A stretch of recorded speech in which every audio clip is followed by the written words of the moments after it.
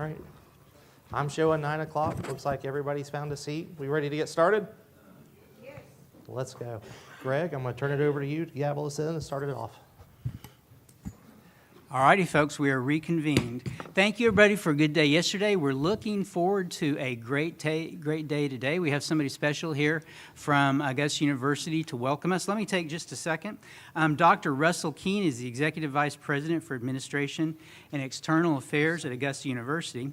In addition to managing the day-to-day operations of the Office of the President, he leads the university's programs on philanthropy and alumni engagement, government relations, protocol and special events, volunteer services, and community engagement. He does a lot of public outreach stuff that we all know, based on what we're doing here, is really important. Dr. Keene began his career in higher education in 2001 when he served as the Director for Annual Giving at Georgia Southern University.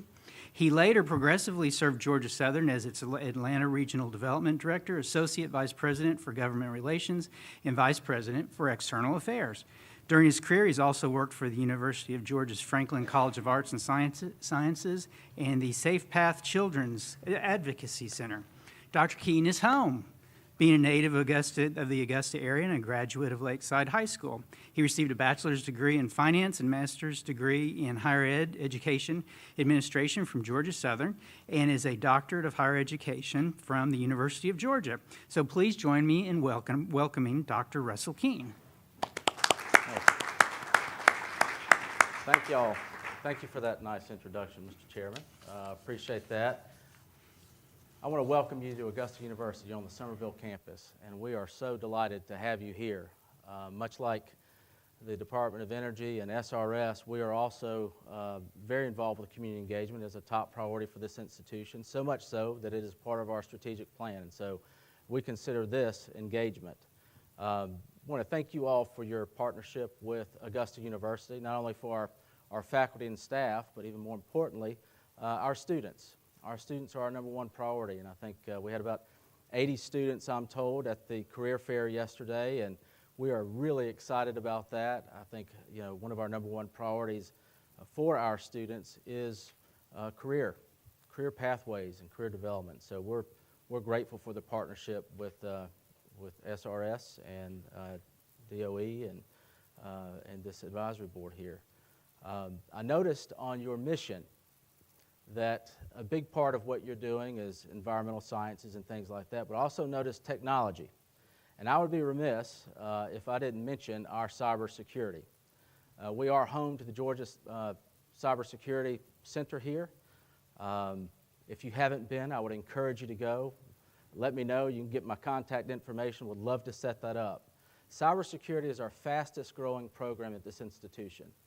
The PhDs are only second to biology, and we are a health sciences university, and that just tells you how much emphasis is put on technology and cyber. And so anything that we could possibly do, whether it's research, whether it's students and careers, internships, fellowships, please let us know, because in Augusta University you have a great partner, and we appreciate the partnership with you all. Welcome. We're glad to have you here.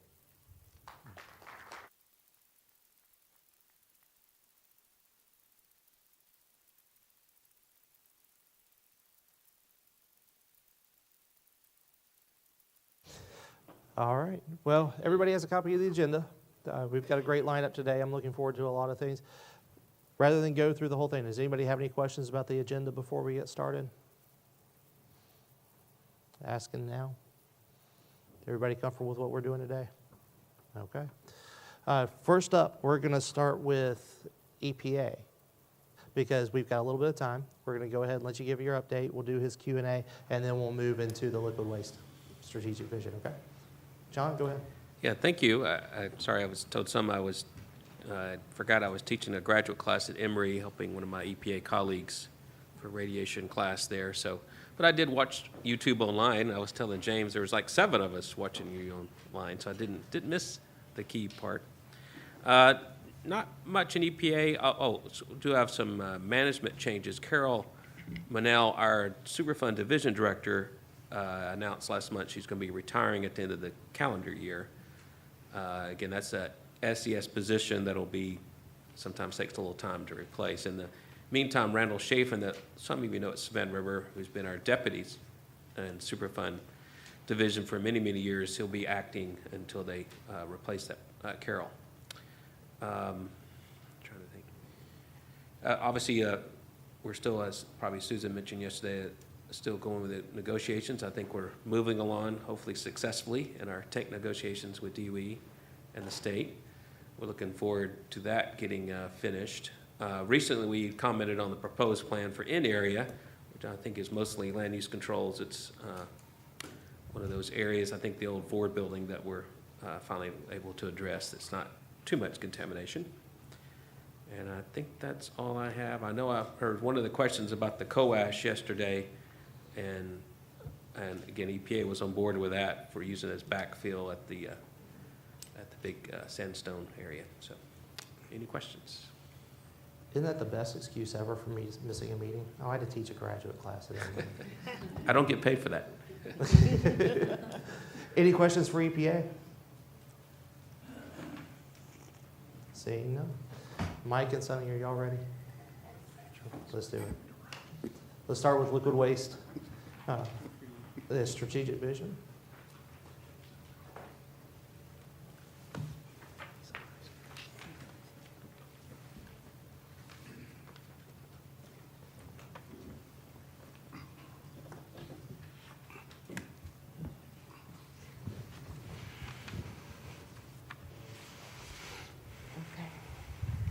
Good morning. Good morning. Good morning.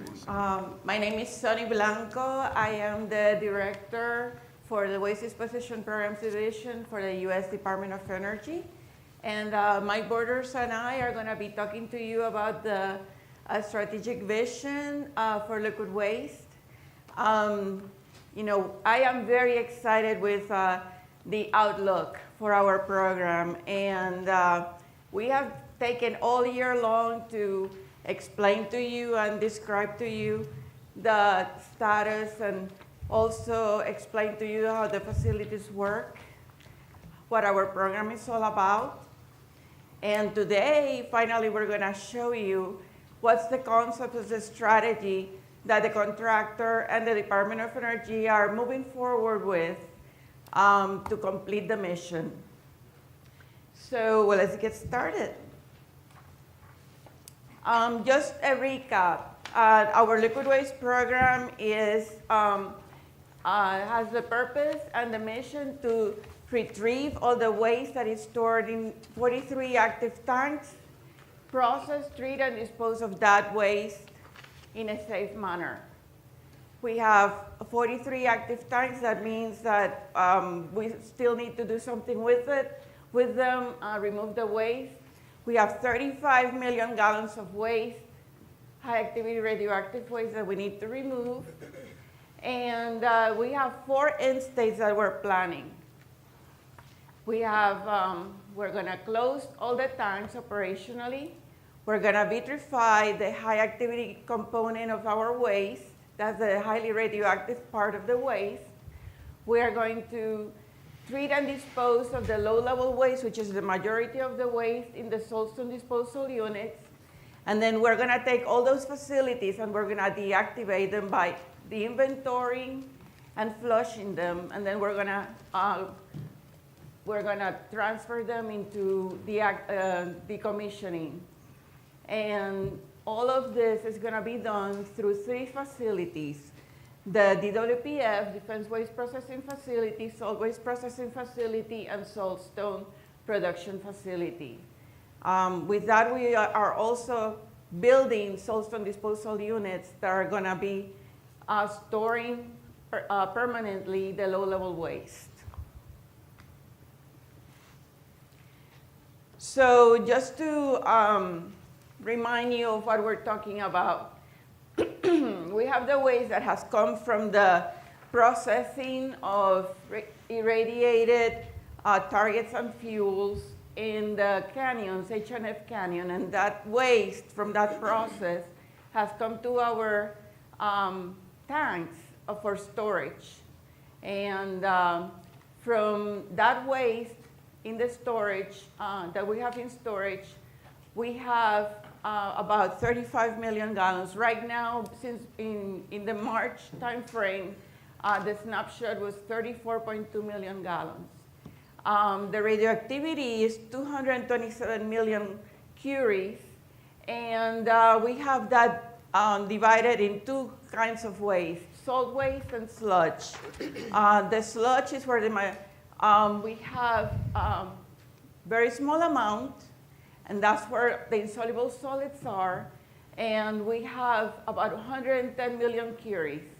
The majority of the volume is salt waste, and that's where we have cesium, which is a short-lived radioactive component, and we have just over half of the curies in the waste.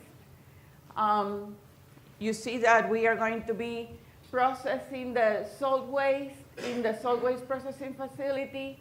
The high activity component will go to DWPF. The low activity component will go into saltstone to combine with grout, make a grout, and it's going to be disposed in the saltstone disposal units. The high activity component in DWPF then will be vitrified, and then we're going to be storing them in canisters in the glass waste storage buildings. We have a total of 51 tanks, and 43 are active, 8 has been closed. Now, as you know, we have gone through a long process of acquisition, and we have now a new contractor in place. You met the key players.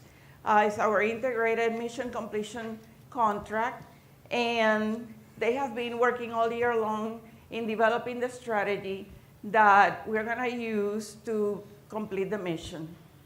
And this time, the contract, different from the past, we are intending for this contract to be the last contract that we have to complete the mission.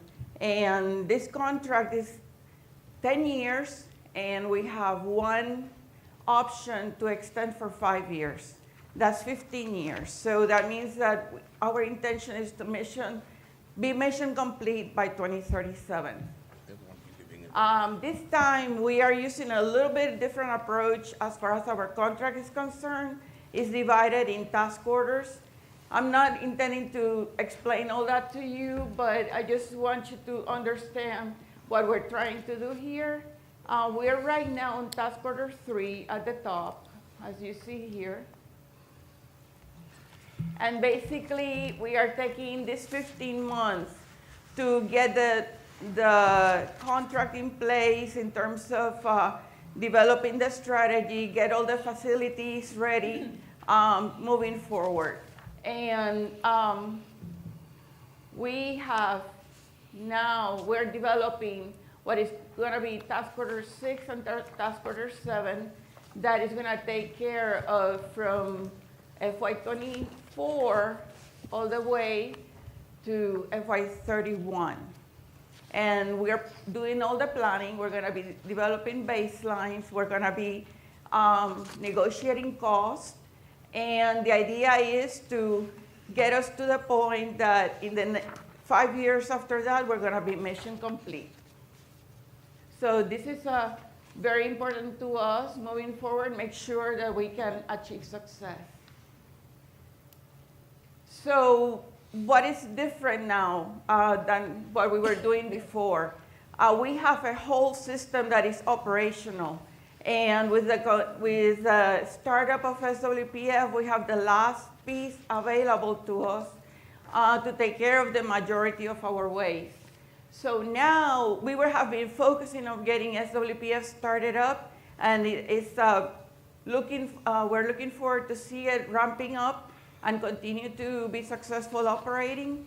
And we are now going to make sure we're taking the whole system because it's so integrated that we're focusing on the system. That's what we're saying, that is holistic, to make sure that every part is taken care of, and we're providing everything that is needed for the whole system to work together. SRMC has been developing a technical approach, and we have been partnering to make sure that we agree and that we are using the best available technology as far as developing our facilities to be successfully operated. And we are going to be focusing on reducing the biggest risk out front as we move forward. And that's what Mike is going to be explaining to you and how we're going to do that. We're looking at optimizing the processing approach, and we're going to be doing a lot of planning. We are using a simulation or a modeling approach where we can take a look at the whole strategy. We can look at every year. We can take a look at each facility and plan what every component needs to do to be able to get to the end. And we're going to be doing that involving our regulating agencies and discuss with them, as you heard from John Roberts, that we're in negotiations, we're in conversations, dialoguing to make sure that we're all in agreement moving forward on what the approach is going to be used, and that we're going to do it safely, and we're going to be reducing the risk, the biggest risk out front. So we have been partnering very strongly between the contractor and DOE and the regulating agencies to be able to establish this approach in a way that we are going to be able to accomplish our mission. So as you see, our primary initiatives is that to be able to get the system optimized and establish and implement all the improvements that we need to make the strategy work. And we're also taking a look at everything, all the services that are needed by the system, and make sure that we are optimizing the cost and reducing as much as we can the cost, and making the improvements to the work processes. There's a lot of emphasis in using small business in accomplishing this work, and it's going to be risk-based and state regulatory partnering that we are continuing to do right now with the regulating agencies. So now Mike is going to describe to you what that strategy is, what are the biggest components of that strategy, and how we are planning to do this and be done by 2037. Forward, back, and laser. Thank you. All right, good morning to everybody. Once again, my name is Mike. So I do want to talk about the strategy that we're employing together with the Department of Energy. I want you to think risk, and risk is not a bad thing. Risk is something you need to manage and manage well. And so a big tenet of our new strategy since SRMC has come on board is to really go at the risk. And there's a big element up front, which is target the curies. Curies is where the risk is. So all gallons of waste are not the same. Some have a lot more curies of radioactivity. And so our plan is to go after that and to try to feed the heaviest curie or heaviest curie feeds to the front end of the mission. And then on the back end, we'll be dealing with volumes that are much lower curies, and I'll talk through that. So while we're focusing on that, high curies, high risk reduction, we'll continue to work on optimizing and increasing the throughputs of the plants. Anytime you bring a new plant online, like SWPF, and you integrate it with all the other plants, there's a combing out, if you will, of just working through issues to try to get everything at high octane, if you want to think of it that way, so that those plants can run at their maximum capacity. So while we're combing through those issues and going through a deliberate plan that steps up the throughput, we'll be feeding the highest curie material and getting the biggest bang for our buck, if you want to think about that. Tied in with that are things like you've heard of in the past. Next generation solvent is a different solvent that we're going to introduce into SWPF. Right now we're under a solvent that's called a Bob Calyx or Bob Calyx flow sheet. This is what we call max Calyx, different chemical constituents. And so part of this plan is to implement that at the right time when it helps us further drive up throughput. Right now, our biggest challenge is filtration at SWPF and integration between the plants, particularly between SWPF and DWPF. right now introducing a new solvent that has its own challenges and issues you have to work through can muddy the water sometimes because you can all of a sudden have other issues that you're dealing with when you're trying to work on first things first. So right now we're working on filtration improvements, and I'll talk through some of that. And at the right time, when we've got that maxed out, we're going to introduce the NGS solvent, which helps us drive up the caustic solvent extraction rates as far as SWPF. The second part of this risk reduction I want you to think about is getting out of the old style tanks, particularly the ones that are at or in the water table. And so a big focus early on is going after tanks like 9, 10, and 11, tank 15, and then we'll be doing 13 and 14, which are tanks that are sitting in the water table in H-Tank Farm. And so a big focus on how do we get out of those tanks faster than we originally planned, and we'll talk through that. Tied in with that, because y'all are familiar with the ticker system, which is the tank side cesium removal process, we're going to talk about some changes there that we're doing because it helps us get out of those tanks in the water table faster. So all of this begins with partnering. And so back in early summer, the Department of Energy, ourselves, South Carolina DHEC, EPA, we all started meeting to talk about let's lay out the vision and the plan and the strategy for these 15 years so that we can get this mission done. And so it was a very good effort of all the parties meeting regularly. And so we realigned and came up with, I'll call it our new values to finish the program, values and goals, which are on the screen. I'm going to go through those. And then we'll walk through the goals in the rest of this presentation. It aligns with our strategy of how we're approaching the mission. And so we all did agree to these and approve them on June 29th. And the values are pretty straightforward values. The first one is transparency between the regulators and between the department and ourselves. And so we started right up front back in the summer of laying out all our thoughts, our plans, the challenges, and tried to talk through them as a group so that we are putting all the cards on the table and being transparent. We've tried to do that throughout the whole process. And even today, even though we don't have our agreement signed off yet, we're getting very close and there's good progress being made by all the parties. We've already started reporting on the things that we agreed to in the summer. We're giving them weekly reports on volume processing, curie reductions, status of the plants, and trying to keep a regular, transparent dialogue even without an agreement in place. And that's part of this transparency that we're trying to display collectively between each other. And that's been going very well. The other part is we wanted to ensure, as far as the value, that the strategy and plans have complete stakeholder engagement and input.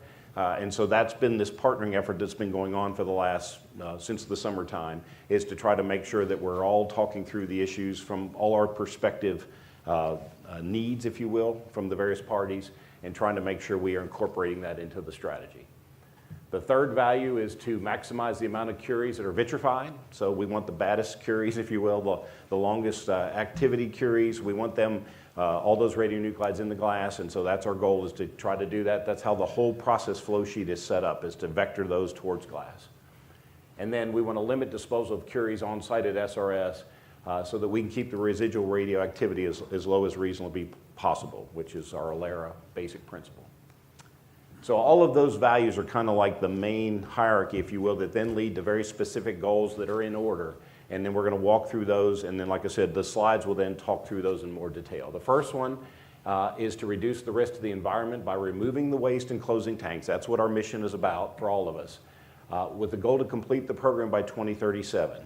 When we first took over the contract, we used the phrase finish in 15 as the mantra, if you will, to try to get everyone to capture the vision. And the goal of putting that out there in front of everybody, including our own workforce, was to try to get people thinking that every decision we make, every dollar we spend, everything that we do every day ought to be looked at with that lens. We shouldn't do something if it would compromise that occurring. And we should absolutely be going after all the things that help us achieve that objective. So it's a mindset. We've been using the term return on investment, which is a very common phrase for people, but trying to get everybody to think in terms of that for decisions they make every day in the plants, where they spend their money, where they spend the resources, et cetera. The second one was to reduce operational and environmental risk by aggressively removing the curies from the waste tanks. Once again, this is the risk reduction focus I talked about. Go after the curies. When we talk about safety space that we manage, and when you talk about safety in chemical and nuclear plants, a lot of times you'll talk about two main elements. You'll talk about material that's at risk, or what we call MAR, and then you'll talk about time at risk. And so when you evaluate a risk, you want to know what's how bad is the item what could happen, and you want to know how long am I at risk for that occurring. And so the big tenet of the program, the first one is go after the material at risk, try to get that as low as possible as soon as possible. The third one, reduce the operational environmental risk by optimizing the operations. The goal of that is to minimize the liquid waste program life cycle. So now we're going after time at risk. We're trying to shorten the window of time at which those items will be at risk, and when you're done, the time at risk is gone because the mission is finished. So those are the two main elements in that order. And then the last item talks about completing waste removal and subsequent grouting of all waste tanks and ancillary structures with the risk-based priority order, and it has a sequence to it that defines that. First for tanks in the water table, followed by F tank farm tanks, followed by the remainder of waste tanks, followed by the ancillary structures, things like FDB 5 and 6 that we just closed this month, and then recognizing the potential for future emergent conditions or opportunities when they pop up. So once again, trying to keep the risk-based sequence in order. So let's talk about the first goal, the program completed in 15 years or by 2037. Sonny alluded to this or talked to it, that we've got very detailed modeling in place. We hired a company called DBD out of the United Kingdom that's part of our team. They are very renowned for doing detailed process modeling.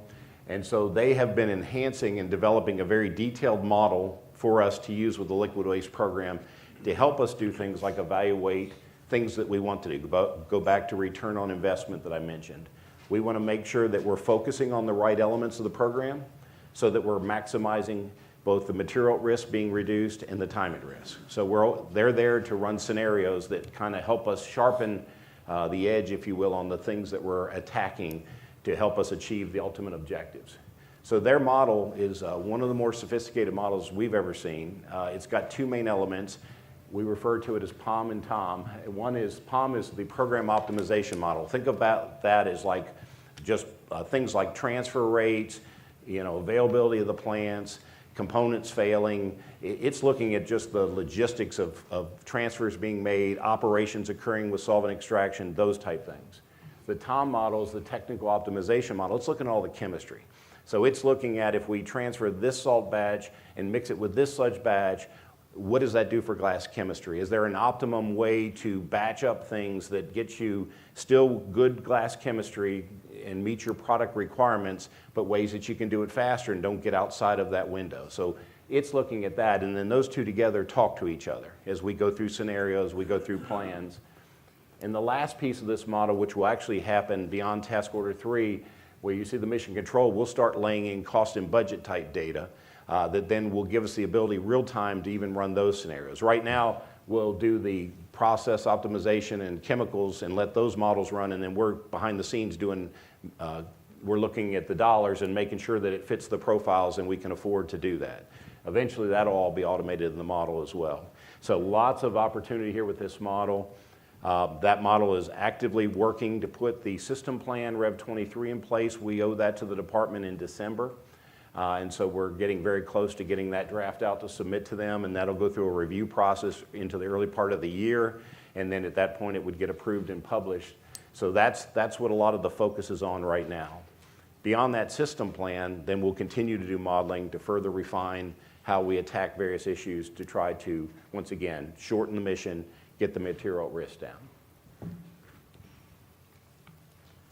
So that's the first goal, get the mission done in 15 years. Second goal that I mentioned is removing the curies. And what this graph shows you is the last system plan, Rev 22, and the plan when SRMC came into place, had a steady curie reduction. You can see the gray line at the top kind of reflects that. This is a period of time from pretty much the beginning of our contract to the end of fiscal 25. And you can see there's some steady reduction on that graph, but the new plan is the blue line. And this goes after reflecting not only increasing the throughput through the plant, but also feeding the high curie material so that you get more reduction, if you will, in the same period of time. So that is part of the big change in strategy. The table that you probably can see on your hard copies reflects the high curie batches. The high curie batches are out through batch 19, and there's two main elements to these that I wanted to talk through. One is that we're increasing the curies per gallon, which you can see in the tables, and the range of those in that table are in the range of 1.3 to 2.5, and these are the cesium curies per gallon. Doesn't include the actinides, which then further drives up the activity. But we use cesium as kind of the benchmark, so as that goes, the others go higher as well. But prior to this, we were feeding batches that nominally were about a half a curie per gallon that we fed to SWPF. All these batches are in the range of 1.3 to 2.5. Once again, part of what you're seeing in the line going down more significantly in these 3 years. So that's one element of it. That's part of the risk element. The sodium molarity, which nominally we strive for around 644 on salt batches. If you look at the sodium molarity tables, most of those are much higher than 644. They're in the 6.9 to 7 range for the most part. Think of that as more waste per gallon going through. The more salt that we dissolve and concentrate into liquid and push through in 1 gallon process, the more waste that you're getting through the system compared to more dilute feed that you'd run through. You'd have to run more gallons to get the same amount of waste through. So 2 big things happen with this new strategy through batch 19. It drives the molarity up, which is good. More waste is concentrated per gallon, and the activity level, the amount of radionuclides with the curie activities is up as well. So that's a big part of this risk strategy, removing the curies. And the other part of removing these curies is making sure we're getting them out of the tanks that are more at risk, back to the tanks in the water table that I mentioned. So we'll talk about that a little further on another slide, where we're making some changes that get us out of those tanks faster than we originally had planned.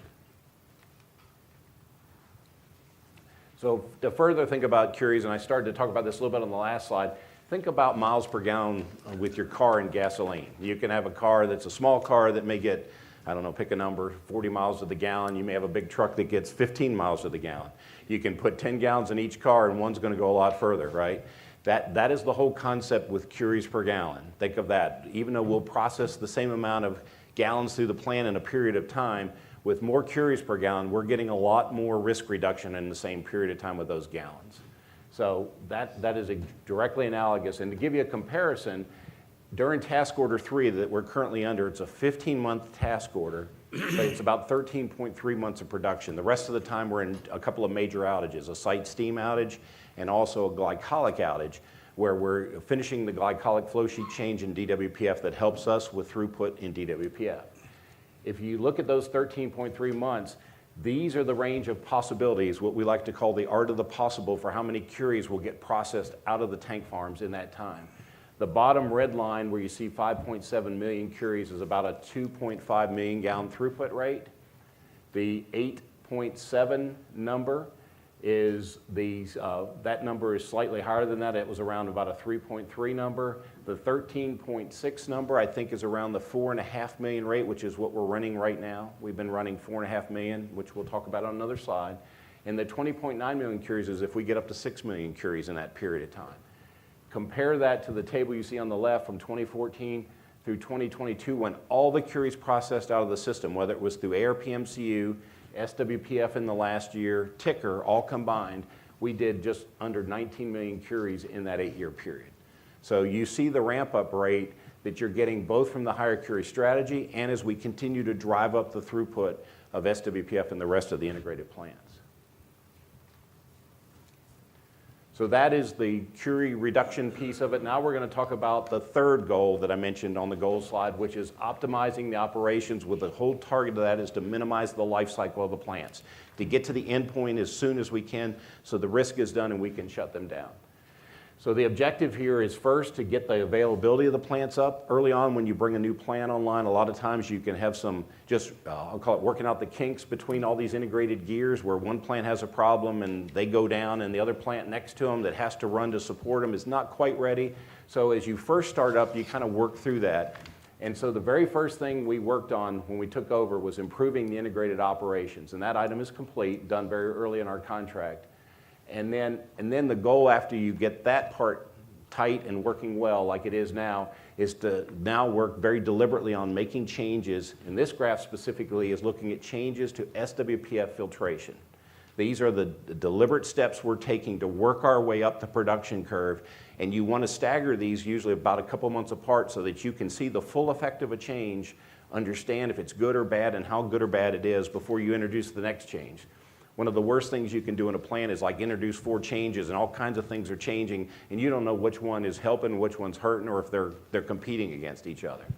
So we've already implemented the cleaning solution disposition. We did that back in the late August timeframe. That has been highly successful in helping the filtration rate to make a big step change. What we have seen is when you do filtration, you run through 7 process cycles, continuing to concentrate the batch, and you look at the end of the 7th cycle as your real measure for how well this is helping. And this one change has helped filtration rates improve by 45% when you look at the very 7th batch of that cycle, which is a big step change. It's been one of the big drivers that has helped us go from a 2 million gallon SWPF throughput rate the first year of ops that right now we're running at 4.5 million integrated in the system.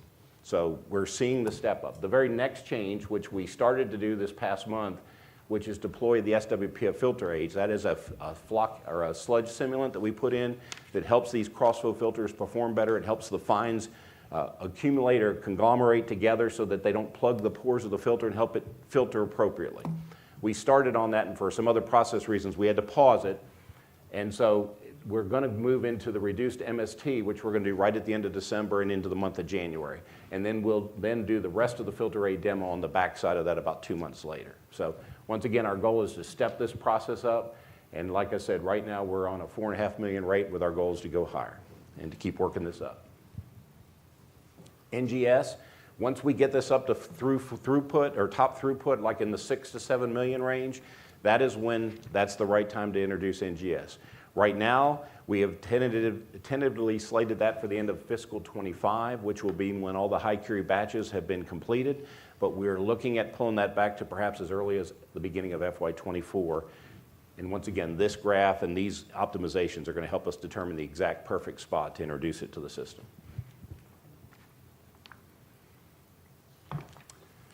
So the third goal that I started talking on the last slide is now continued with the rest of the liquid waste plan. So the last graph talked about SWPF and how do we optimize the operations that help us minimize the life cycle.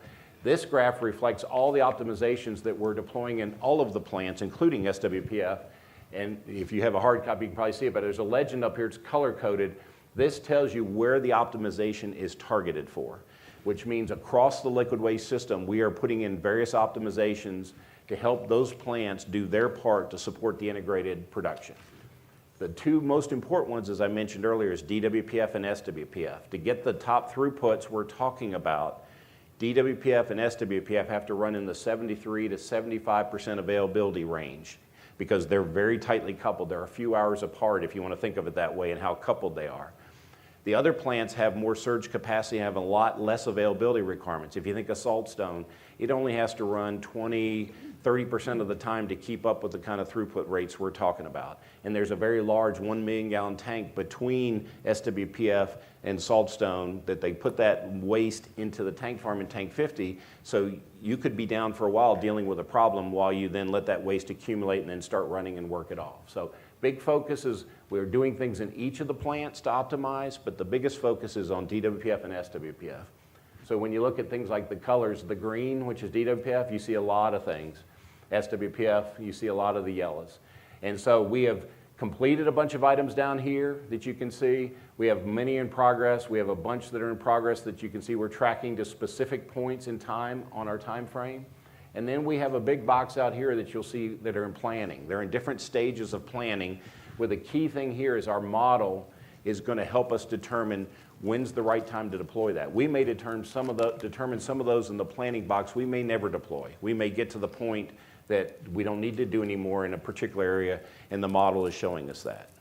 A good example is the filtration curve that I was on. You saw that I had numerous items. If the one we deploy tomorrow takes us to full filtration with no limitations, we won't have to do any of the other ones. We've achieved max design throughput. So we'll be doing that. And so we've had a bunch of these that have been very helpful. Down here, things like higher curie processing, which we've already talked about, and you'll see many others that we can talk about when we get to Q&A if anybody's got questions. But we just wanted you to know there's a strategy. The whole purpose of this graphic is really just to show there is a strategy to the optimizations, there is a timing, and there is a goal. And the goal is to get to the mission done as soon as possible and to implement the ones that have the most benefit so we spend our dollars and our resources in the right place for ultimate success. So the fourth goal talks about completing the waste removal and grouting all the waste tanks and ancillary structures. And this goes back to the priority sequence once again. So once again, tanks in the water table that you can see in H Tank Farm, which are tanks 9 through 16. 2 of those are already closed and grouted. That's 12 and 16. But the other 6 we're actively working on. And so tanks 9, 10, and 11, lots of activity there right now. And then tank 15, which is getting sludge out, and we're using 13 as a hub tank. So 15 and 13, lots of activity. So those tanks are our first priority. The second priority behind that are the F Tank Farm tanks, with a sub-priority that's in the very first ones are the old style tanks that are over in F Tank Farm, which are tanks 1 through 8, of which 2 of those are already closed and grouted, 5 and 6. So those are the first priority there. The rest are the F Tank Farm. The third is the remainder of the waste tanks in H Tank Farm. And then fourth, the ancillary structures. And once again, risk-based approach, priority sequencing, think grouping. You can do things more economically if you group them. So while we'll be targeting waste removal based on risk reduction, when it comes time to do things like to isolate, to finish the final cleaning so that you can grout the tanks, we'll be thinking of doing those in groups so that you can, in essence, do them more cost effectively so that you can keep your maximum investment in the waste removal risk reduction side.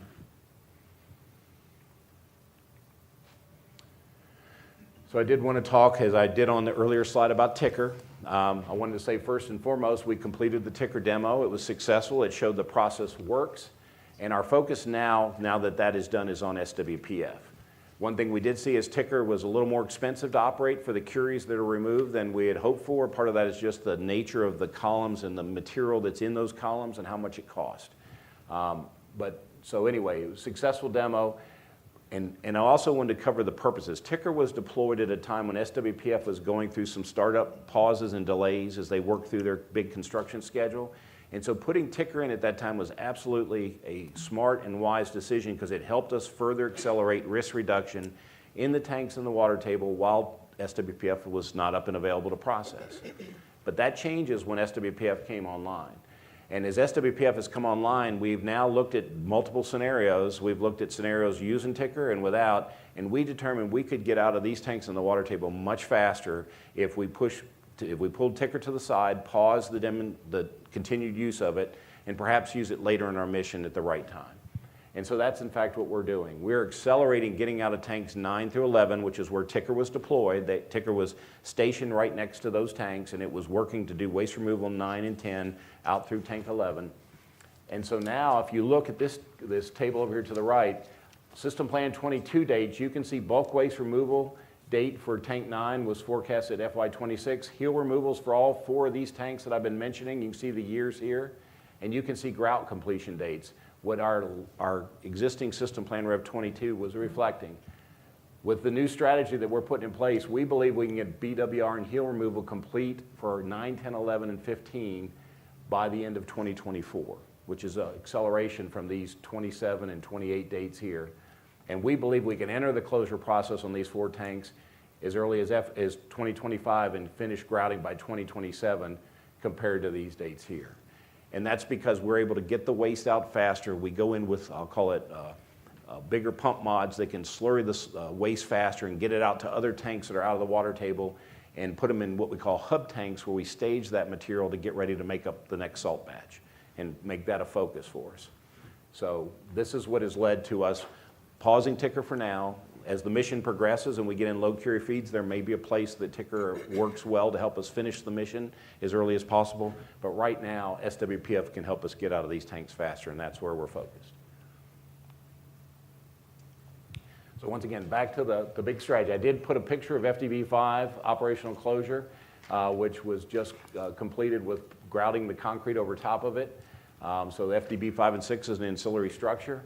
But our focus going forward is going to be invest the resources and the dollars on the waste removal, getting the tanks empty, getting to preliminary cease waste removal, getting bulk waste removal and heel removals done, getting the risk down, and trying to make sure we maximize this as much as possible with our resources. And then do the final cleaning and grouting as we can. We're not going to not do it, but we're going to fit it in as best we can around our first priority of getting the risk down. And we'll look for opportunities to pay for work early, as we may find opportunities to maybe get 4 tanks, maybe the tanks in the water table, and find a way that we can afford to go ahead and grout them earlier and do that, because that'll be a priority to everyone. So that's the strategy. So kind of to close, back to what our strategic vision is, it's to finish in 15. It's to get done by 2037. Everything we need, we said this in a previous presentation, everything we need to do this mission is in place. All the plants are there, they're all interconnected. Our efforts are going to focus on the risk reduction. And as I said on the intro of the talk, we're having everybody on our team look at it through the lens of, does it help us or hurt us finishing in 15 on what we're doing? We're going to invest more early in the integrated operations, optimizing the plants, waste removal, risk reduction. And then there's going to be opportunities on the back end to even drive the throughput higher with lower curie feeds, that we can really crank the plants even up more, and to grout tanks more efficiently and at less cost when we're doing them in groupings together that make geographic kind of sense from a cost perspective. So that is the strategic vision, and with that, I was going to open the floor to Sonny and I for any questions you may have. As we move into Q&A, I'm going to ask our next presenter to come up and go ahead and get mic'd up for our next presentation. And we will start with Narinder, because I see your card first. Narinder Malik, CAB. Mike and Sunny, thank you very much for presenting a beautiful presentation. My question is, I'm taking a little bit deviation from the presentation you've done. Do you have any strategic planning for using the coal ash, which is sitting at the site, for tank closure and for the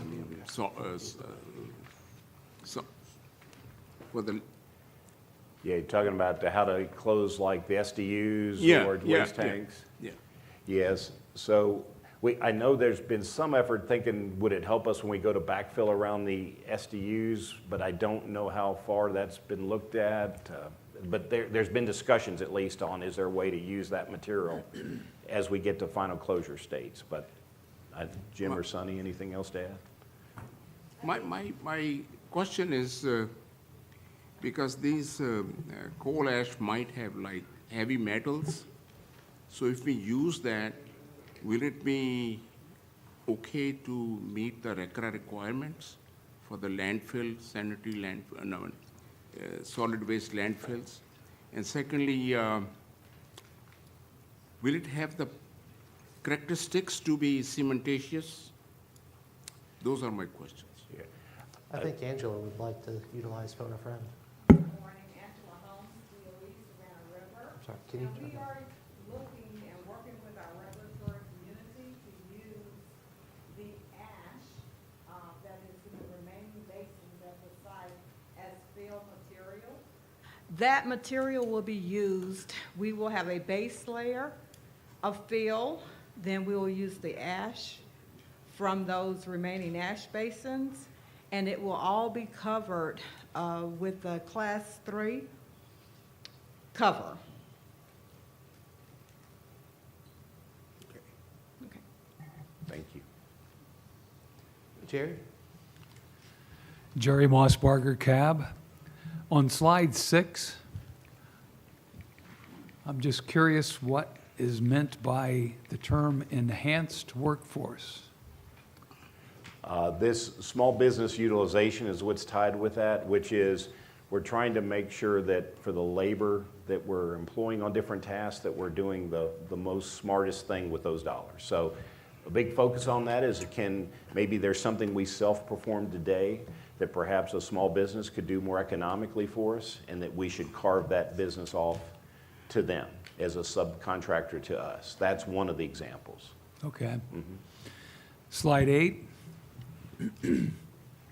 Just curious is what is meant by limit the disposal of curies on site so that residual radioactivity is as low as reasonably achievable. Yeah.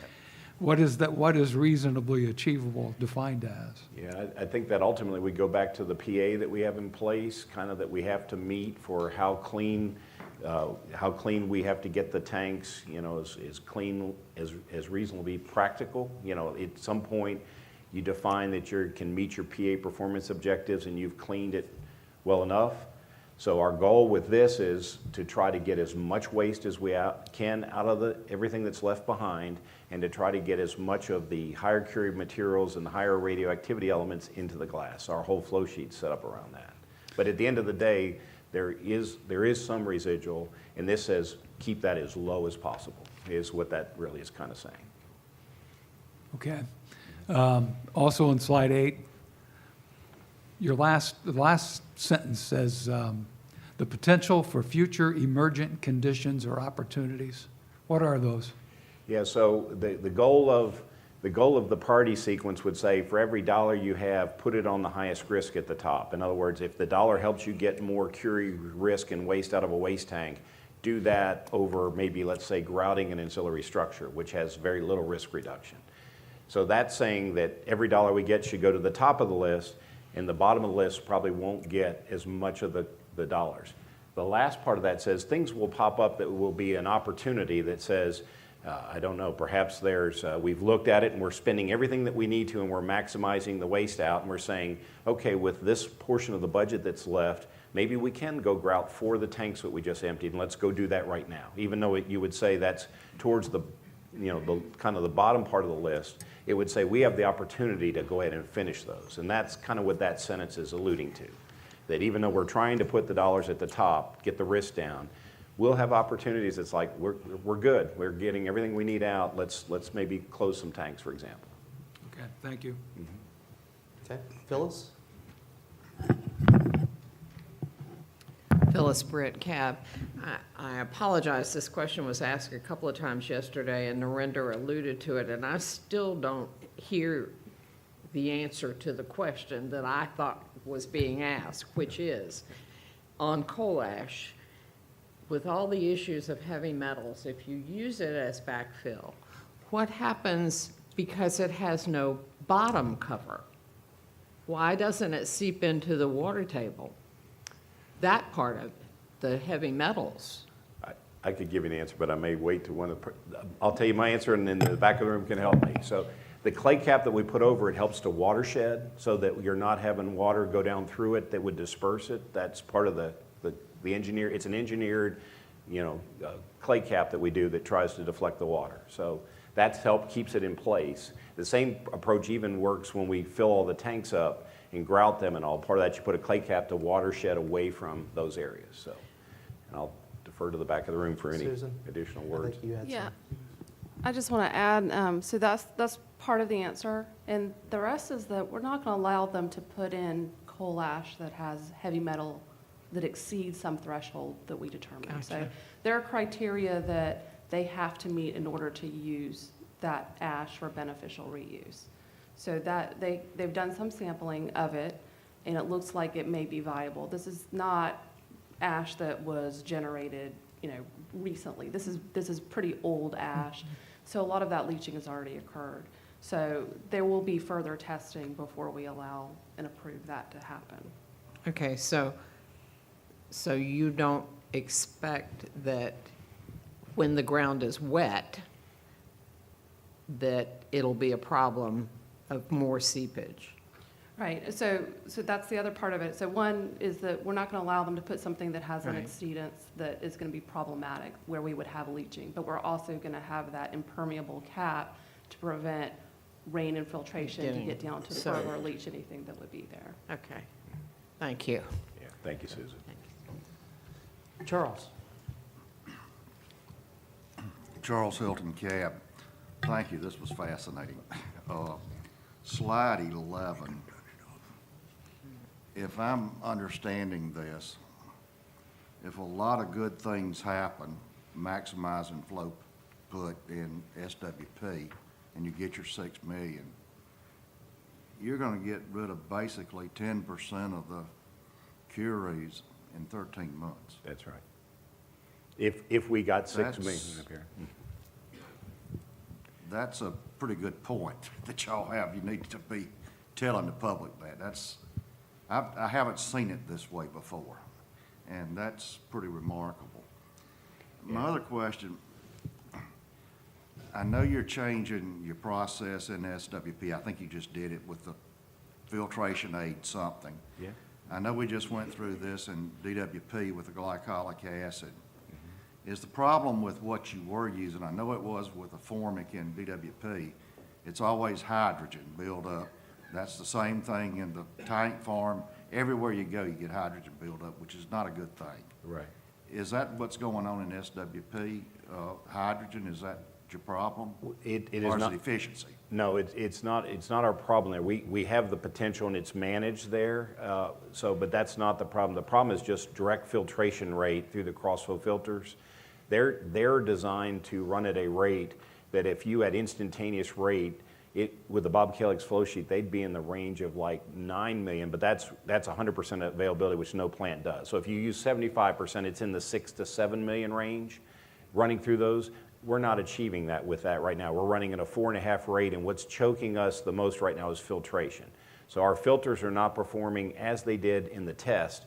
So there's something in the radioactive waste in combination with the process that's limiting it. It has nothing. Hydrogen is not an issue. It's a mechanical, it's a filtration principle that something is going on with the waste. And so one of the things that was is as we cleaned the system, it went to a tank and got reprocessed to the filters. We found that was definitely affecting the filtration rate. So that change is done and is making good improvements. The next thing, and we know this from ARP-MCU when we ran it, is that when we cut the amount of MST down, filtration rates will go up further. And then the last thing is you put an aid in there, which is adding the sludge simulant that can help drive it further. And we will see after we do reduced MST if we need to do that or not. Because we've already gotten a good step change with the cleaning solutions going a different path. And now with reduced MST, we expect another step change. And then if we need another one, we'll add the simulant. But it's not hydrogen related that's affecting filtration. Okay. I think everybody knows I've kind of watched these filtration rates up and down as we've gone through this. You're not going to like this question. That's okay. Probability of being able to achieve the 6 million in the next reasonable period of time. Yeah, I'll just tell you. I mean, that's optimum. I mean, you've told us that, but what's probability? Yeah, I'll tell you that in task order 3, I don't think we will achieve 6 where we are today in task order 3. We're running at a 4.5 rate. I think we'll get to a 6 rate in task order 3, but to get through 6 million, you'd have to be running at that rate with 75% availability for the whole year, and we haven't been. We started at 2, we've worked our way up to 4.5, and we expect that we're going to get up to a 6 rate by the end of the task order. But that would say you ran 6 million rate the whole year at 75% availability. So I think we're going to be between these two numbers by the end of the year, but that's still a good place to be. So task order 6, whatever we talk about, Yep. without looking at my notes, that ends in 2023? So task order 3 ends at the end of FY23, and then task order 6, which is the processing continues, starts right after that, beginning of FY24. So you're telling me that the 13 months to get rid of 10% of this stuff is highly achievable? Yeah, well, I believe we're going to, I believe we're going to end up somewhere between these two numbers. That's good news. Yeah. Thank you. Okay. Any other questions or comments from around the table? Seeing none. Folks, thank you so much. Okay, sure, you're welcome.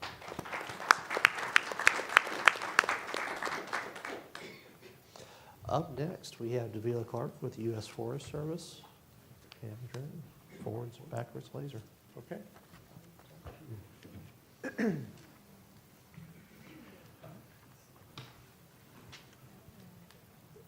PDF. You should go to full screen of PDF and then I'll give it just a second.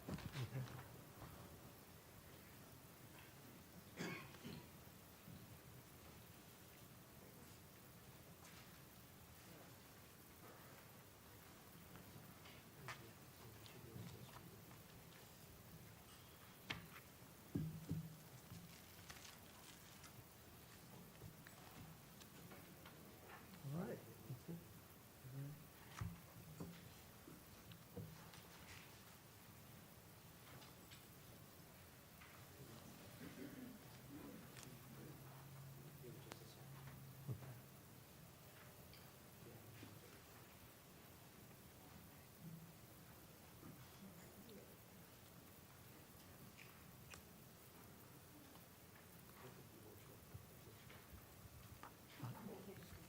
Oh, okay, all right.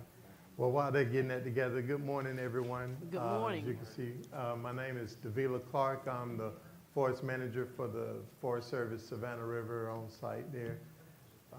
I know it's been a while since we've had this event. Want to thank the CAB for having us.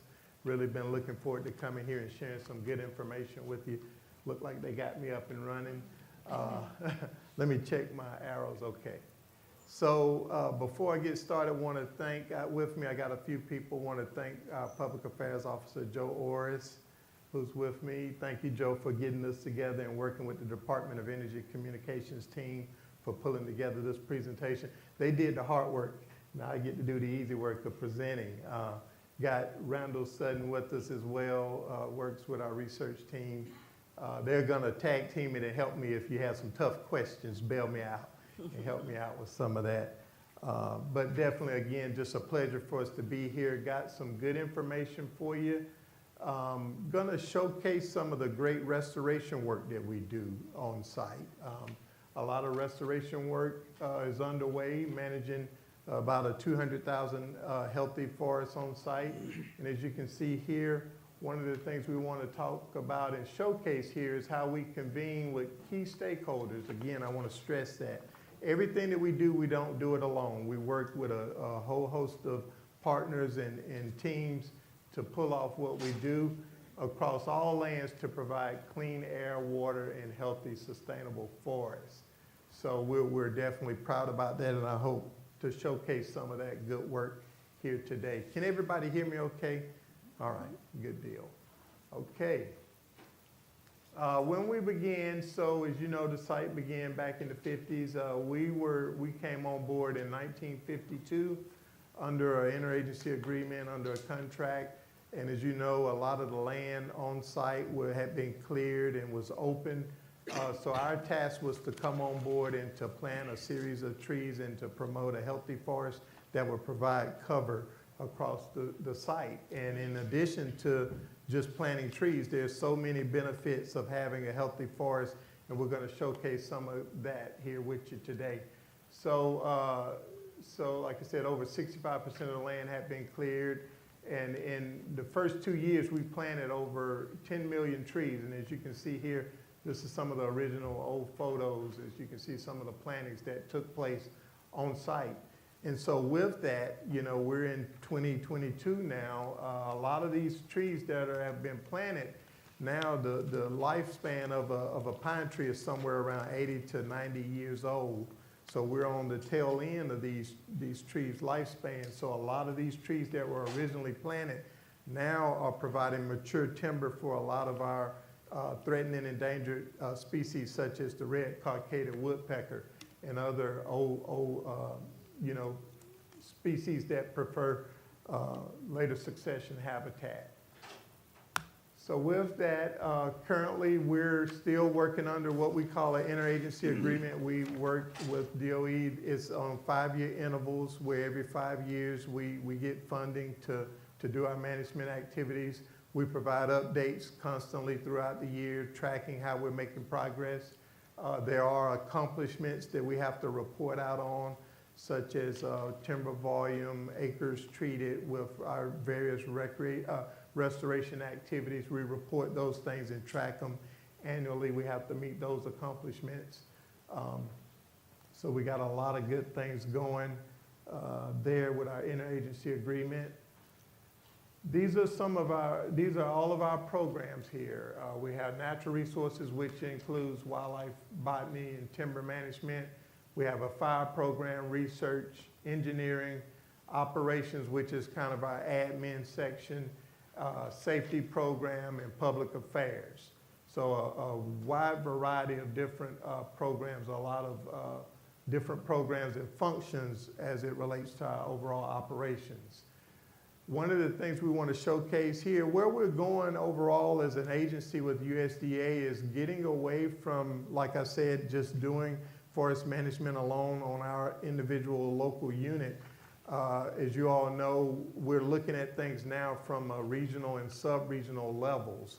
So with that, as an agency, we have now went from being just state by state, where we're in conjunction and working in sub-regions with a host of various other states with our management activities, and being intentional with the work that we're doing across multiple landscapes that will benefit sub-regions. So currently, we're within the southeastern Gulf Atlantic sub-region, which includes South Carolina, Florida, and Puerto Rico, are the three forests that we're affiliated with and who we do our large veg management planning efforts with across unit boundaries.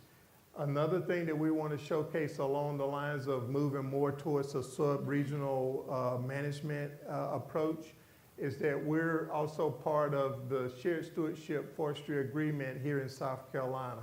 It pretty much consists of pretty much all of your natural resources agencies, state and federal, non-for-profit organizations such as the Nature Conservancy, the Turkey Federation, all these conservation groups and entities that are within South Carolina are part of this. And the Francis Marion and Sumter National Forest is also part of that as well.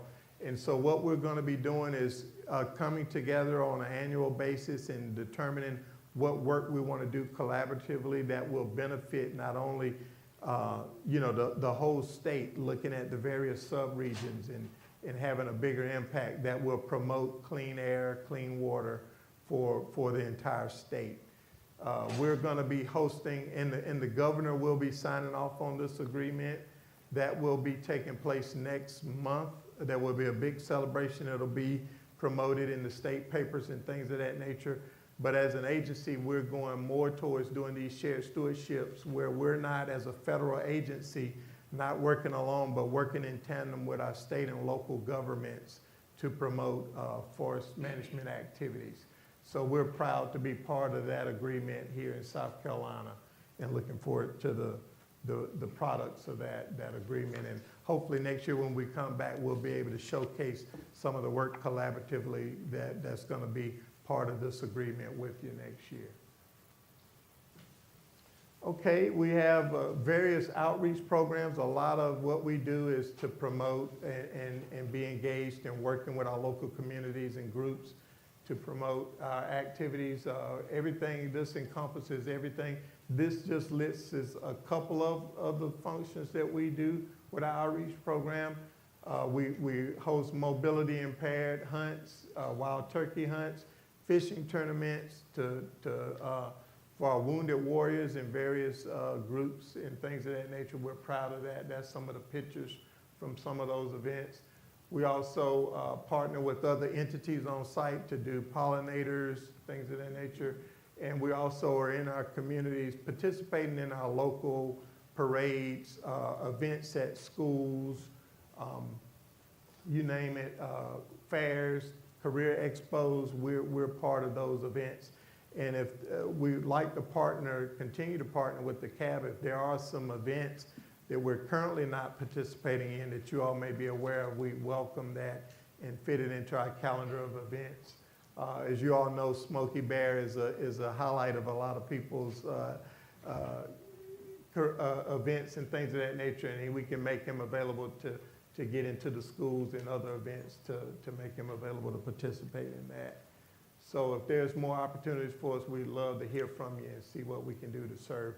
But it's all about getting into the community and giving back to the communities that we serve and are surrounded by. These are some of the other outreach programs: environmental education, recent Spooky Forest events where the kids came out. Future events, we're going to be looking to do more outreach events, like when we do the turkey hunts and the fishing events. We're under the way working with the DNR to enhance an area where we're going to have a dove hunt.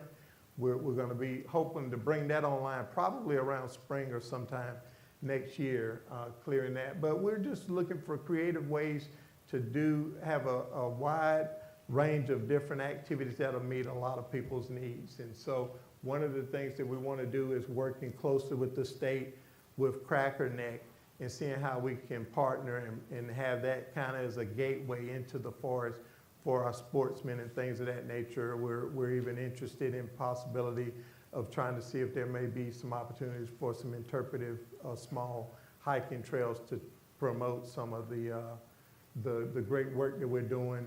I don't know if SREL, Gene Rhodes, them are looking at developing around our UGA Center, doing some interpretive trails to showcase a lot of the management areas, management activities that's going to be going on in those areas. So we'll be partnering with them, seeing if there's some interpretive trails where people want to take a nice walk and learn about forest management. They'll be able to do that. So as a whole on site, we're working with a whole plethora of different groups and teams to see how we can do a better job of being great stewards and promoting the great work that's taking place to create this healthy forest that's right in a lot of our backyards. So there we are. So that's what I was talking about, interpretive trails and things of that nature. Those things are underway. So hopefully, like I said, in the next year or so, we'll be able to have some concrete results that we can share and make people aware of and present on where we're at with those activities. Okay, staffing. So we have on staff about, when we're fully staffed, we have about 100 full-time employees. And so this is where we like to partner with the CAB, is that as an agency, you know, this past 2 years with the pandemic and everything, we've had a lot of vacancies. We've averaged about 35 vacancies that have been real hard to fill. And where we're going as an agency, we have a new chief, Chief Randy Moore, and as a Forest Service unit, where we're going is with these national hiring events, where the entire agency will be advertising positions throughout the entire Forest Service across the nation. So this year was the first year we did this, and we didn't have quite the amount of time. It came upon us real fast, where we didn't get a good job of working with our local networks to make people in the local areas aware of these opportunities so they could go into USA Jobs and put their resumes in and select, you know, New Ellington, South Carolina, for a duty station where they could be considered for these various positions. And so with that, we had about 35 vacancies, and we went through this national hiring event, and no one selected us for a duty station.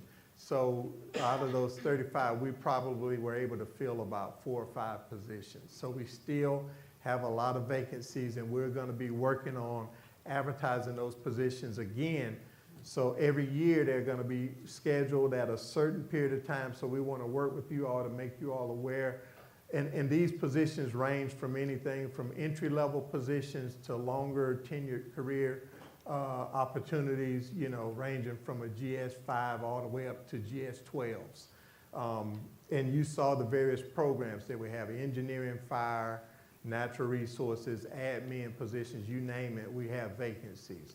So there will be a lot of opportunities, and we really want to work a lot with you all in the local universities and things of that nature, high schools. If an individual is interested in interns to pursue forest management or conservation as a career field, there'll be internship opportunities. We'd like to grow our own, so to speak, and be able to outreach in the local communities and make people aware of these opportunities when they come about, so that I know these are good paying jobs, a lot of good benefits. We're a great agency to work for.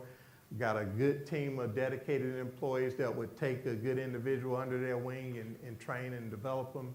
So we'd love to work with you all on if there's a website or something where we could post where our vacancies are going to be and help people apply for those jobs when they come about. And this just lists some of the things. We're working with a recruitment team that's going to be working locally, just what I shared with you. We got YCC, the Youth Corps Conservation Group, Job Corps, just a whole bunch of different entities we're working with to promote these vacancies when they come about. So more to come there. How we support the mission. So we do a lot of things, like I said, it's all about restoration with us. And with that, a byproduct, one of the big programs that we have is with our forest management activities, is our timber harvest activities. You know, to promote a healthy, we use a healthy forest. We do veg management, where we do timber sales to remove the undesirable tree species and sell the timber. Stimulates our local economies. A lot of the loggers in the area depend on the timber that we provide off-site for their businesses. And that seems to be going well for us. The other thing is the byproduct is with our fire program, we do a lot of prescribed burning and things of that nature. As you can see here, we have 8 federally listed threatened and endangered species. One in particular, the red cockaded woodpecker. It requires having open park-like understory. So prescribed burning is the way we can most cost effectively keep that, meet that habitat management objective. So as you can see, we went from 4 birds in '86 to now we have 550 in our latest count, and that's significant over a short period of time. So a lot of forest management activities are ongoing. Like I said, and we've been recognized for a lot of our partnerships and things of this nature. This is one of the other unique features that we have on site you all may be aware of, is our phytoremediation facility. It's about a 62-acre irrigation system where we got 62 acres of pine trees that that have been planted. We have groundwater which is contaminated with tritium, which we have a holding pond where we irrigate those trees across 62 acres. We have an irrigation system where we pump water into the trees, and that's the way we treat this tritium contaminated water. We irrigate the trees take up through their root systems, they pump this contaminated water into the trees, and it goes through the tree and it goes up through and evapotranspirates and creates clean air, and it's a way of removing the tritium from the groundwater. We've been doing this now a little bit over 20 years, about 21 years, and as you can see, we pumped about, 2 million water supply for 2 million, but we pumped, I forget how many million, it's not on here, but millions of gallons of water have been treated over that 21 year period. It's been a significant savings. If they had remediated this the way they traditionally do, it would have saved about $168 million. That's a significant savings of our taxpayer dollars. That's good use of it. And as you can see, we spend for this facility about $600,000 a year as opposed to $9 million a year with a traditional system. But this has been underway for 21 years. We've recently received a DOE award for sustainability. We've also been recognized within the Forest Service for we're in competition now for a national award within USDA for the creativeness of this project and the success. And that cost savings is, and like I said, it's mainly, the cost saving is big, but the greater thing is about the clean water that we're able to provide downstream for Savannah, for 2 million South Carolina and Georgia residents. So we're very proud of this facility. And down there, we have about 4 to 5 permanent employees that run this facility year-round to make sure that it's fully functional. Here we got a little bit of information we want to share with you. On a 200,000 acre forest, and we have all these facilities, thousands of people coming into these facilities doing the great work that you've been learning about from the other presenters about the various facilities on site. So being surrounded by a forest, there's going to be impacts, with wildlife. And so with that, one of the things we've taken on the last couple of years is the removal of these critters and creatures. As you can see, we got everything from gators to feral hogs to bee nests, you name it, we've dealt with it. But we have a dedicated wildlife team that works hard and keeping us safe and keeping our employees safe. As you can see over the past, let's see, where is that? We've taken over the last 3 years about 800 calls, and we've removed approximately, well, that's in addition to we hadn't had that many at the buildings. We hadn't had 12,000 feral hogs at the buildings. That's with our whole program that we've removed. But we got a lot of calls, and around spring and around this time when things are starting to get cool, the critters are going in. for the winter and stuff, so we get a lot of calls. It's seasonal when we pick up the calls, but these individuals are truly dedicated. They're on call 24/7, very dedicated, and we're proud of that program. Some of the other things that we do, we work a lot with our universities and school. A lot of research activities are ongoing. We have Randall here, who's part of our research team. We work with, within the Forest Service, we have a research division. And a lot of the work that we do, not every forest has a research program, so that's unique to Savannah River. We have staff on board, but this is just some of the few things that we have underway. They've been recognized for awards for the use of non-merchantable timber. We're always looking to improve our operations, make them more effective and efficient. And that's some of the examples that you see here. A lot of studies going on with everything from turkey to feral hogs to even LIDAR, which is a vegetation analysis, which can use infrared, satellites imagery, where we can, instead of going out and doing labor-intensive forest measurements of trees, they're able to measure from the canopy and things the density and the basal area of the trees and the health of the forest from above. And so just some examples of how we're using the latest technology right here in our backyard that's going to be applied not only on site but across the nation with forest management activities. So proud of that program. Wildfire suppression, I know this is a big interest to a lot of us. As you see every year with climate change and things of that nature, there's a lot of impacts from wildland fire. Here locally, we get about, like I said, 9 to 10 fires, 15 at the most usually. A lot of our fires are lightning strikes where it's so dry. But we have initial attack staffing where we're on call 24/7 year-round, 365.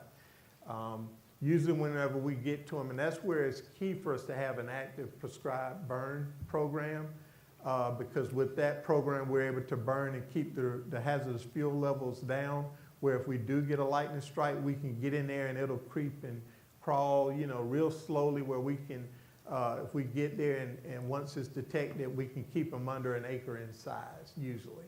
We may occasionally have one that creeps up, that may have been out there for 4 or 5 days that hadn't been detected, that may get up to about 5 acres or so. But for the most part, we're able to keep them small, about the size of a vehicle, and keep it safe. But I know with everything that's going on out west and things of that nature, a lot of that is due to lack of active management. And that's why we do a lot of our timber harvesting, and we have an active prescribed fire to create a healthy forest to protect not only the facilities on site, but also the communities and the communities that are adjacent to us. In case we do have a wildfire, we could stop them before they would threaten any homes or any communities. So this is some of the things that we do. And we work a lot with, we provide training and stuff of that nature with our Prescribed Fire Training Center. We bring a lot of off-forest resources in to help us with staffing and being ready to go in high fire danger seasons. So we got that. And like I said, with prescribed fire, that's the best way to create a healthy forest. It's cost effective, it's safe. We do it in a controlled environment. We complete about 42 prescribed fires, about 40 to 50 a year.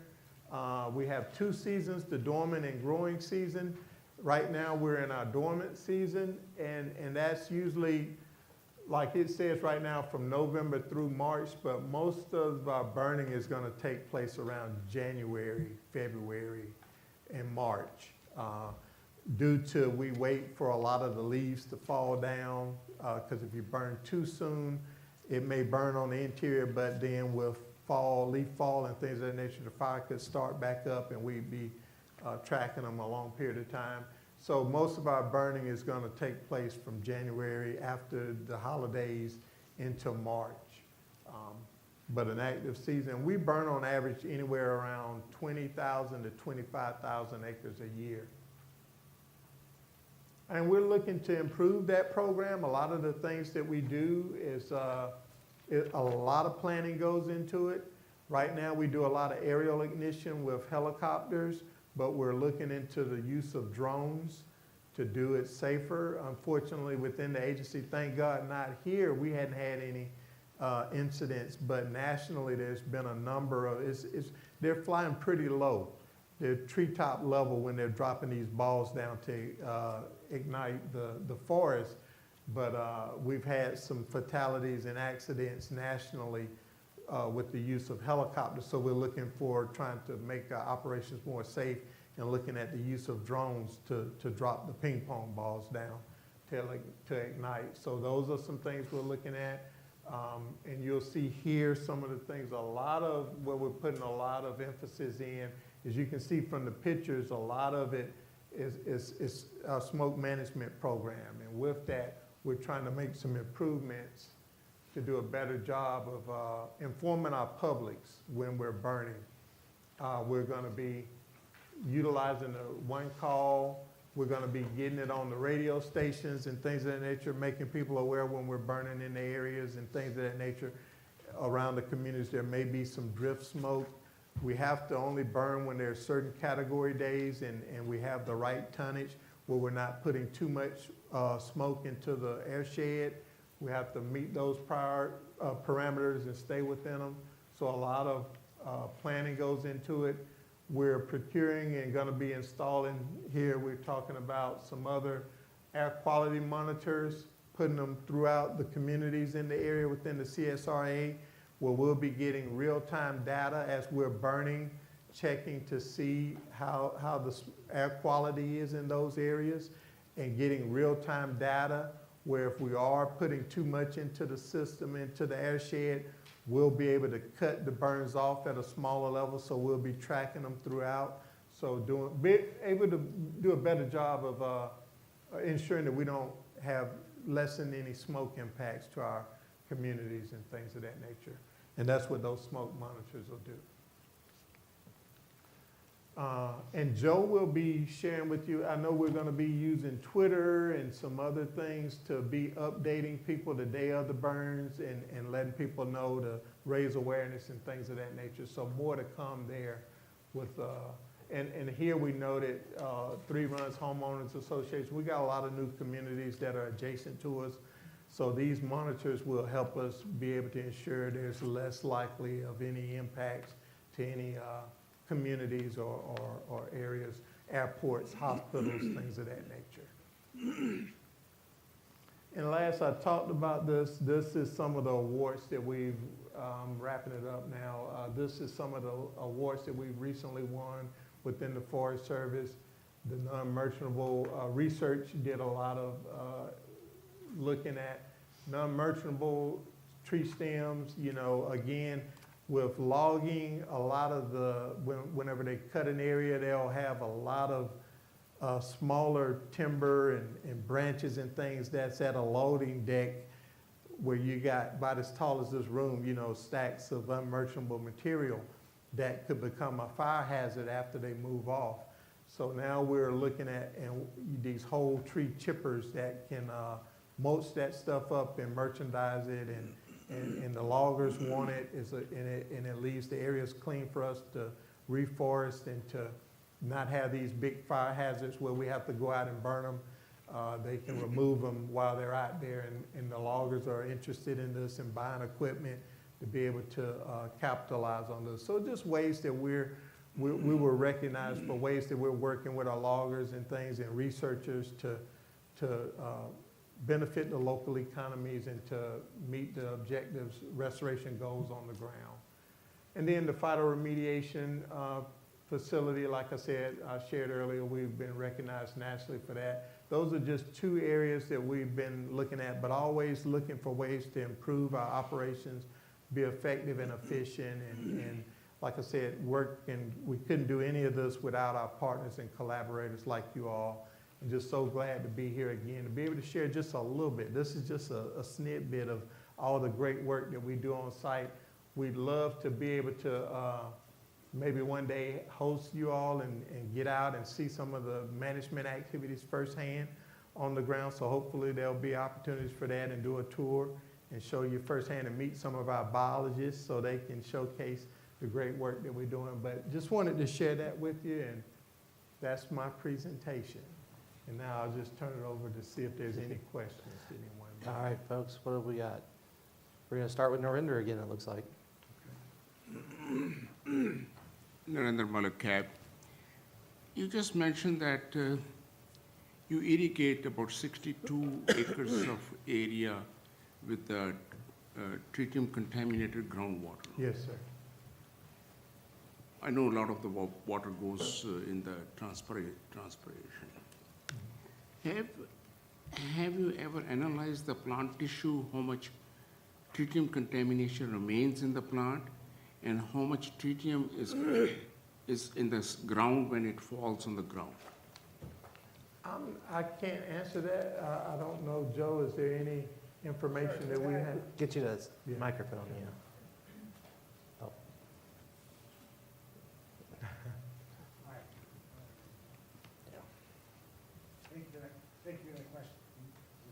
No, he had turned it off. I was pointing at the public comment mic, but he's getting it on for you. Thank you. Hey, my name is Joe Orris. I'm the Public Affairs Specialist for USDA Forest Service Savannah River. So the tritium, and Randall might be able to help me a little bit because he may be involved in that, but the tritium that falls to the ground with the extra hydrogen atom, that area, with the uptake of the trees, with the trees themselves, they found that once they turn off the water to the trees, after, I don't know the exact number of years, that tree is non-contaminated anymore. It can be harvested naturally, just like any other tree. DHAC has been out and does inspections on the area to determine the contamination in the area, and it's so low that you can walk through the canopy in the area without any protective material. It's not a radioactive area at all with the extra hydrogen atom. Thank you. And I will share that with this, like we're in year 20 now with this project. So we hadn't gotten fully to when these trees are reach their life cycle and we'll be harvesting them. At this point, we're not planning on taking them off site and putting them off site. We're still in the process of working on a forest management plan on how we would what we would do with those trees at this point. Please forgive me, I should have congratulated you on your award-winning nationwide. My second question is probably, I don't know if it's appropriate or not, going back to the park they have outside Cracker Necker. With Cracker Neck? Yeah. What is your actual involvement in that, in the park, other than building roads? With Cracker Neck, what is our involvement? So we work closely with DNR on habitat management activities. They pretty much handle the hunting and regulations and things of that nature. But we just pretty much manage it and assist them with doing wildlife enhancement projects. We'll do timber sales. We'll do prescribed burning, doing the regular forest management activities within that area. But as far as hunting and the use of that area, they're the leads on that, the state. Yes, sir. Does that help? Okay, thank you. Okay. Charles. Charles Hilton, the How you CAB. doing, sir?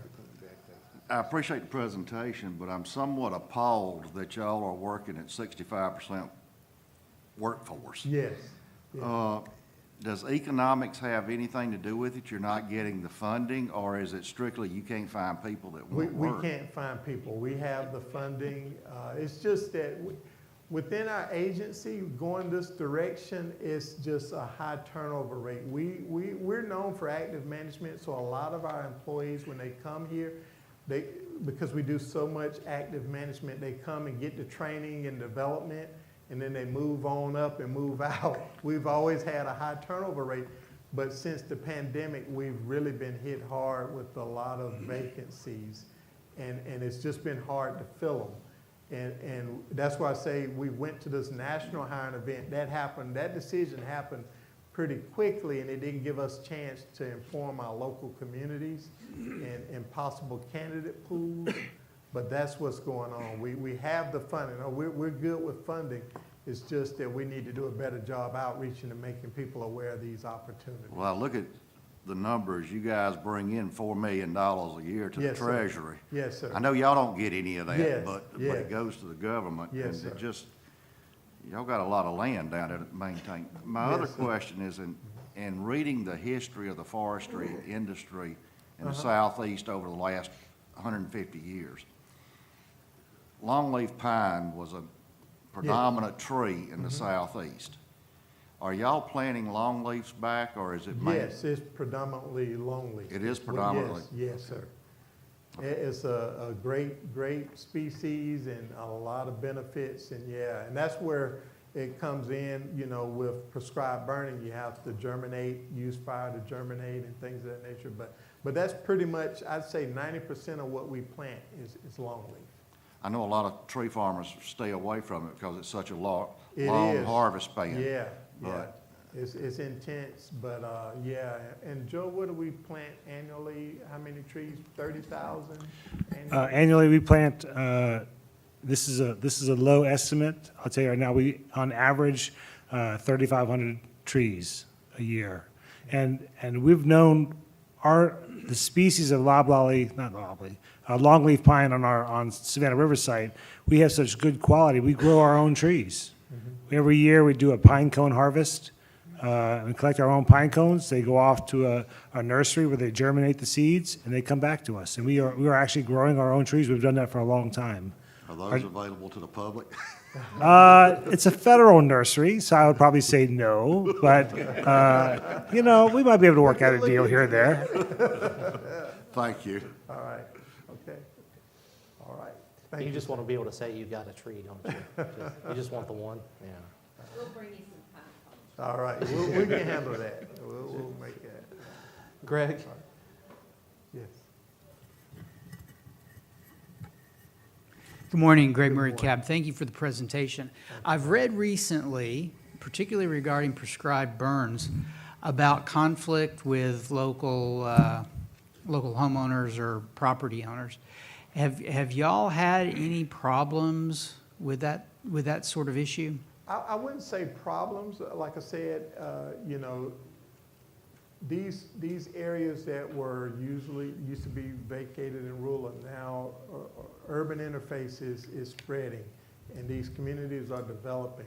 So what we're doing is trying to be more proactive when we see these developments, reaching out, making them aware, and working with them. On here, you saw an example where we talked about the Three Runs Homeowners Association. We met with them. They had some concerns. There was some concerns about smoke impacts and things from some of our burns, but we were able to meet with them, hear their needs, do a lot of informing them about days of the burns and what they can expect and the purpose behind the burns. And when we did that, keeping the lines of communication pretty much seemed to address that area good for us in that particular case.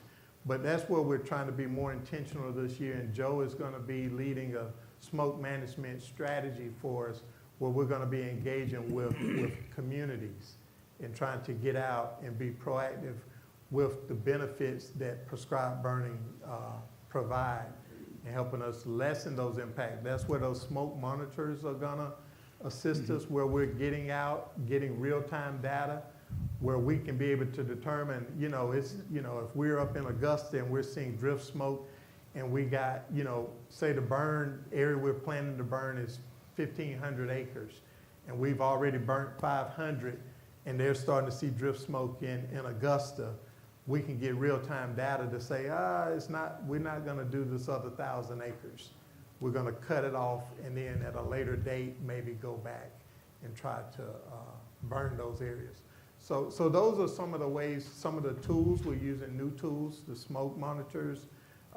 We're trying to be more intentional, meeting with these homeowners, meeting with these communities in advance to talk about where to go if they want to be informed the day of the burns, if someone has smoke issues or health issues that we need to be aware of. We just want to be proactive and try It's- to address those things. It's a really interesting problem. I just read something that said they called him a fire boss, had actually been arrested I guess it was Oregon, Yeah. because a fire had burned, and I think they called it jumped the line onto private property. Correct. And it burned some Yeah. land and stuff. Have you all had any burns that have jumped over into private property? If we did, it may have been just a spot over, probably not very big, something that we were able to put out immediately. Most of our burns are on the interior of the site, so not much. Well, not since I've been here that I'm aware that we've had any, but doesn't mean that we haven't. It's potential that, Yeah. I'm sure probably over the years there may have been one or two, but nothing significant. Most of Okay. our burns are on the interior, and that's where we talk about resources. We bring a lot of resources in.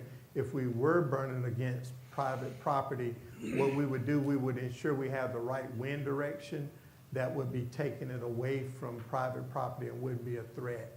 So that if it did spot over, we would have resources there to be able to extinguish it immediately.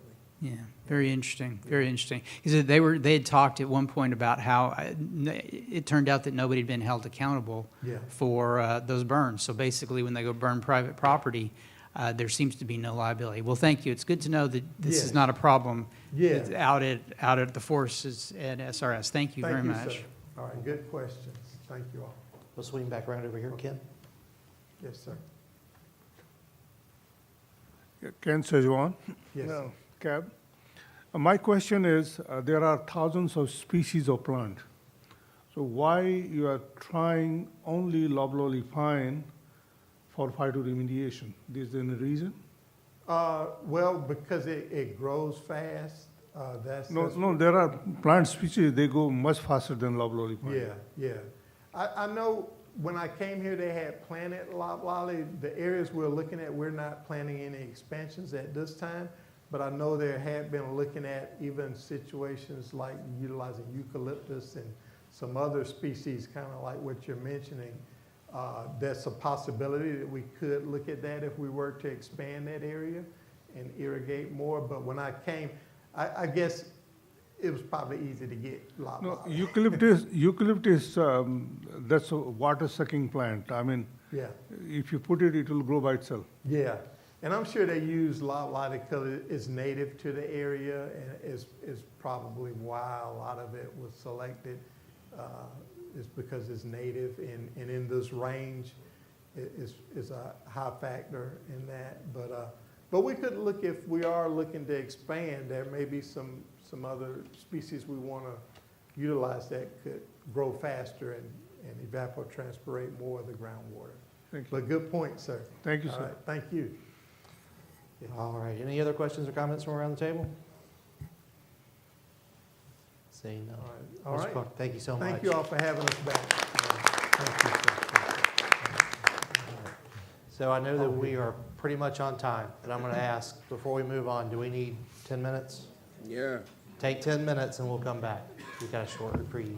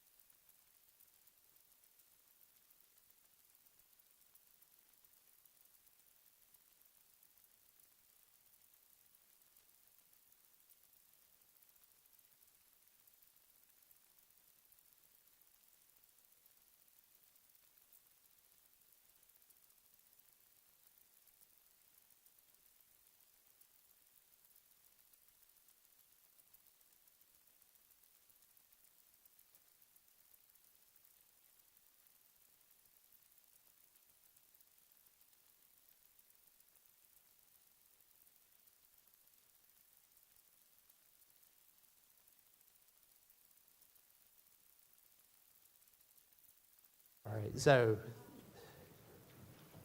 Tracy has the enviable position of being between us and lunch, but I know that y'all, that is not going to stop y'all from asking questions, listening intently, and hearing everything that she has to say, because I think this is going to be really interesting. It's going to fill in a lot of gaps on the NEPA process and how we understand it and how we recognize what those notices are when they come through the email and what you need to do with them. Tracy. Thank you, James. As you said, my name is Tracy Williams. I am the NEPA Compliance Officer for the Savannah River site for DOE EM activities. I've been in that position now since October of 2015. Prior to that, I was working as in other environmental capacities. So I've had the opportunity to work at the site now a little over 7 years and seen a lot happen in the NEPA program as well. And so today I want to give you an overview of the National Environmental Policy Act, or NEPA as it is called for short, and some examples of how it is applied at the site. And right up front, I just want to let you know I'll be using a number of acronyms throughout the presentation. They are summarized in the back of the presentation, but there are about 6 of them that I will be using frequently throughout the presentation. So I will just kind of define those right up front for you. EA, environmental assessment. FONSI, finding of no significant impact, FONSI. EIS, environmental impact statement. ROD, record of decision. Categorical exclusion, that's CX, the terminology DOE uses. Some other agencies may call it a CE, CAT-X for categorical exclusion. And then CEQ, which is the Council on Environmental Quality. And also, after this presentation, I have some short scenarios to walk us through that I hope will help kind of wrap up my presentation to provide you some be able to apply NEPA. And we can do, they're very short scenarios, won't take us long to go through those at all. NEPA was signed in 1970 by President Nixon, and NEPA came on the heels of a decade before. In the 60s, there was a lot of issues with environmental disasters, and the public became a lot more aware about environmental concerns. Most of you have probably heard of the book by Rachel Carson, Silent Springs, and the study with DDT. That was one of the genesis for NEPA, as well as some other environmental situations that happened in the decade before. It was the first major environmental law, and it's considered to be what's called the Magna Carta of environmental law, in that both of those concepts, the Magna Carta and NEPA, wants the government to promote transparencies in their activities and to give public a voice in those decisions. And when you look at the NEPA statute, it basically boils down to three major components. There are overarching national environmental goals and policies. There are provisions on how federal agencies enforce those goals and policies, which is not prescriptive at all. And then the creation of the Council on Environmental Quality, CEQ. The first component, the CEQ's role, they established the national NEPA guidance and regulations and procedures that federal agencies feed from. And with that, the CEQ has the responsibility of reviewing and approving all federal agency NEPA procedures. Also, it provides for arrangements to comply with NEPA in cases of emergencies or natural disasters where there's maybe not the opportunity to do as much of the upfront planning and documentation, so allows for alternate arrangements to comply with NEPA in those situations. And then also helps to resolve disputes between agencies, and also if there's disputes with the public and other entities on NEPA matters. And there in the graphic, you can see where the CEQ regulations can be found in the Code of Federal Regulations, CFR Title 40, and then the DOE corresponding regulations there in Title 10 of the Code of Federal Regulations 1021. The second component, the overarching goals, as I said before, NEPA is not prescriptive at all. It's more procedural. So the main driving force there is that NEPA was founded on the idea that we need to balance the human environment and the economy, because you can't have just no impact on the environment whatsoever, because that's not achievable. But at the same time, you cannot promote the economy and human lifestyle at all costs to the environment. So NEPA was developed and written to balance that. How can we find that balance? And so it required federal agencies to plan for environmental considerations early in the planning process, allowed agencies to weigh those environmental considerations with other considerations like technical and economic considerations before they take an action, and to give the public voice and input on those environmental consequences and input on those decisions before they are made. And the graphic there shows you all the different inputs. Oh, my apologies. And that graphic there shows you the different inputs there that are looked at through the NEPA process. Now, the third component is the enforcement of how the agencies enforce and enact NEPA, the things we are required to do. Right up front, NEPA is not a legislation that has any civil or criminal penalties. It's all done through the court system, civil suits, injunctions, things of that nature. So as I said earlier, what we must do is to plan for environmental impacts and analyze those early in the decision-making process. We disclose those impacts, alternatives, and mitigations if they're needed. We actively pursue the public's involvement in that planning process, and those inputs are prescribed in the regulations. And then to codify our regulations, we have to announce those proposed regulations in the Federal Register, allow opportunity for input from the public, and consider that input before we finalize the regulations.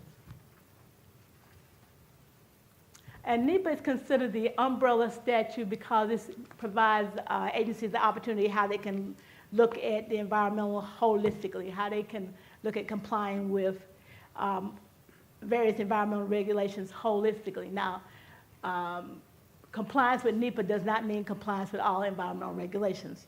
You still have to follow the other ones.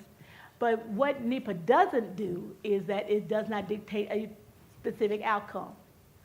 We are required to look at the environmentally preferred alternative as we do our analysis, but we do not have to select that one. Also, it does not prevent impacts from happening. If there are going to be significant impacts, we have to address how we are going to, if we can avoid them, or if we can't, how we can mitigate those. And it doesn't prohibit any actions either. The NEPA process, and we'll go into some of these steps in a little more detail in later slides, but basically we identify our proposed action, what it is we need to do, and do we have a preferred alternative for meeting that need. Identify the appropriate level of review, and we'll talk about that later as well. How we document that, and make an environmental decision. Now, the environmental decision is not a project decision. It's not a decision on whether to go or no go on the project. It's just another input into the decision-making process about that particular project or proposal. And then we would, if we have to have any mitigations and monitoring, implement those as part of the project.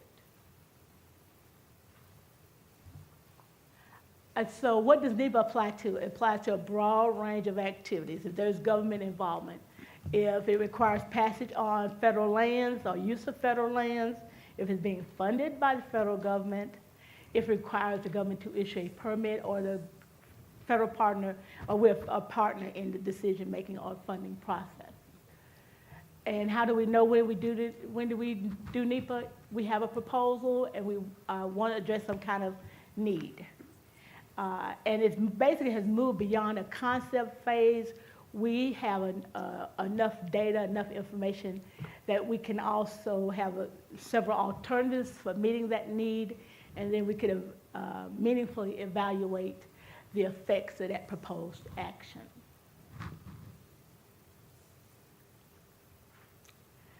Environmental justice was not specifically called out in the original NEPA statute.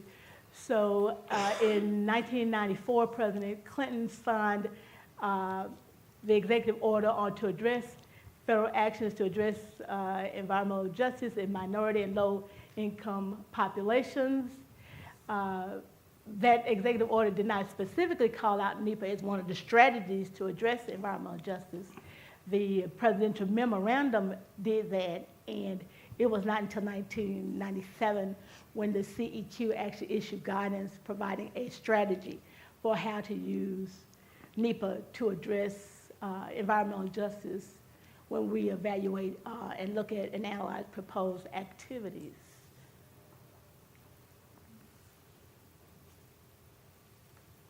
And you can see here from this graphic, there's a lot of synergy in using NEPA as a strategy for addressing environmental justice. We want to promote healthy communities and equitable distribution of benefits to all. We want to ensure people are treated fairly when we develop our policies and regulations, and we want to give affected populations the opportunity to participate in the decision-making process. And environmental justice considerations go beyond the NEPA because NEPA just stops with the documents, stops with the decision, but environmental justice goes beyond that. So it would address when that project is implemented, keeping those minority and low-income communities engaged in the process.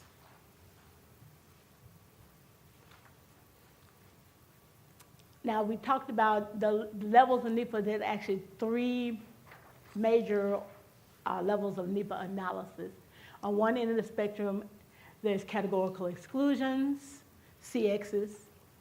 On the other end of the spectrum is environmental impact statements. And then when we're not certain, there is environmental assessment EAs. And I will go into those in the next slides, kind of go into more detail about those.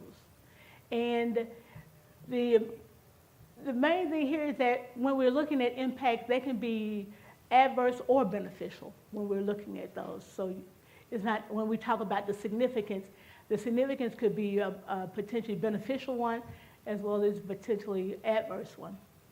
So we include that in the analysis.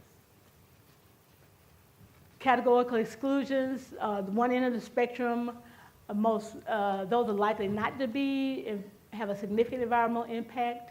About 90% of the actions can be covered by categorical exclusion, and those are and we have to codify those in the regulations. Currently in the DOE regulations, we probably have over 100 classes of actions that meet categorical exclusions. Things like routine maintenance and repair, lab operations, those things. The next category is on the other spectrum, environmental impact statement. Effects are likely to be significant.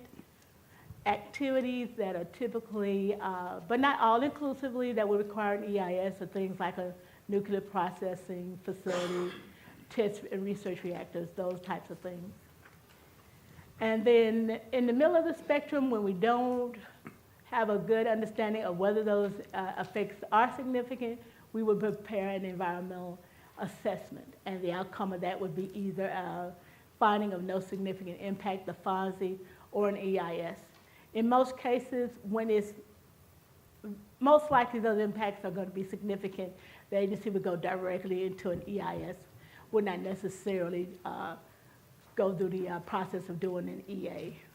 Now, we can start with an EA and during the analysis, identify significant impacts, at what point we would go into the EIS.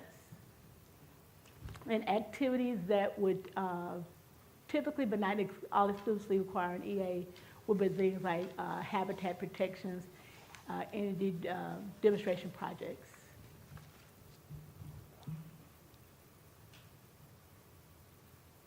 So how do we make those NEPA determinations on site? In neither the CEQ nor DOE regulations gives a specific methodology. It gives us latitude, sites, and programs on how we do that. And at the Savannah River site, we actually have an automated, it's automated more, so electronic checklist that we use as an internal mechanism. We can do all of this via an application on site of, like I said, the electronic, an entity, a project would enter the information about their proposed action, give things like the description, provide us plans, have to go through a series of questions they have to answer, in which time that checklist is forwarded to subject matter experts. And looking at the responses to those questions and looking at their plans, we can identify, we can help make that NEPA determination on whether the impact's going to be significant, what environmental resources could be potentially impacted, and therefore we can make a determination if it would be covered under the categorical exclusion, or it would, whether or not we would have to do some other level of NEPA, either an EA or an EIS, or possibly there is existing NEPA documentation cover that particular activity. And there's also dual purpose in that it helps to identify other environmental requirements the activity or the project sponsor would have to comply with. Now, approval of the checklist does not constitute approval of their project, nor does it constitute approval of any other environmental requirements. It's just documenting what their level of NEPA is required for their particular project. If it's a categorical exclusion, then they're done. But if they have to go on and do an EA or an EIS, then they cannot proceed with the project until that documentation is prepared. Now on site, because DOE, because this is a federal law, the DOE has the ultimate responsibility of approving documents. Contractors can generate those. Partners in our various projects can generate the documents, but we have the final approval authority. The manager has approval authority for EAs and FONSIs. Anything higher level like an EA, a record of decision, has to be approved by the Office of Environmental Management, our headquarters office. Also, if we are engaged in an activity with another federal agency, if we're a partner, those types of documents as well would have to be coordinated and approved by the headquarters DOE office.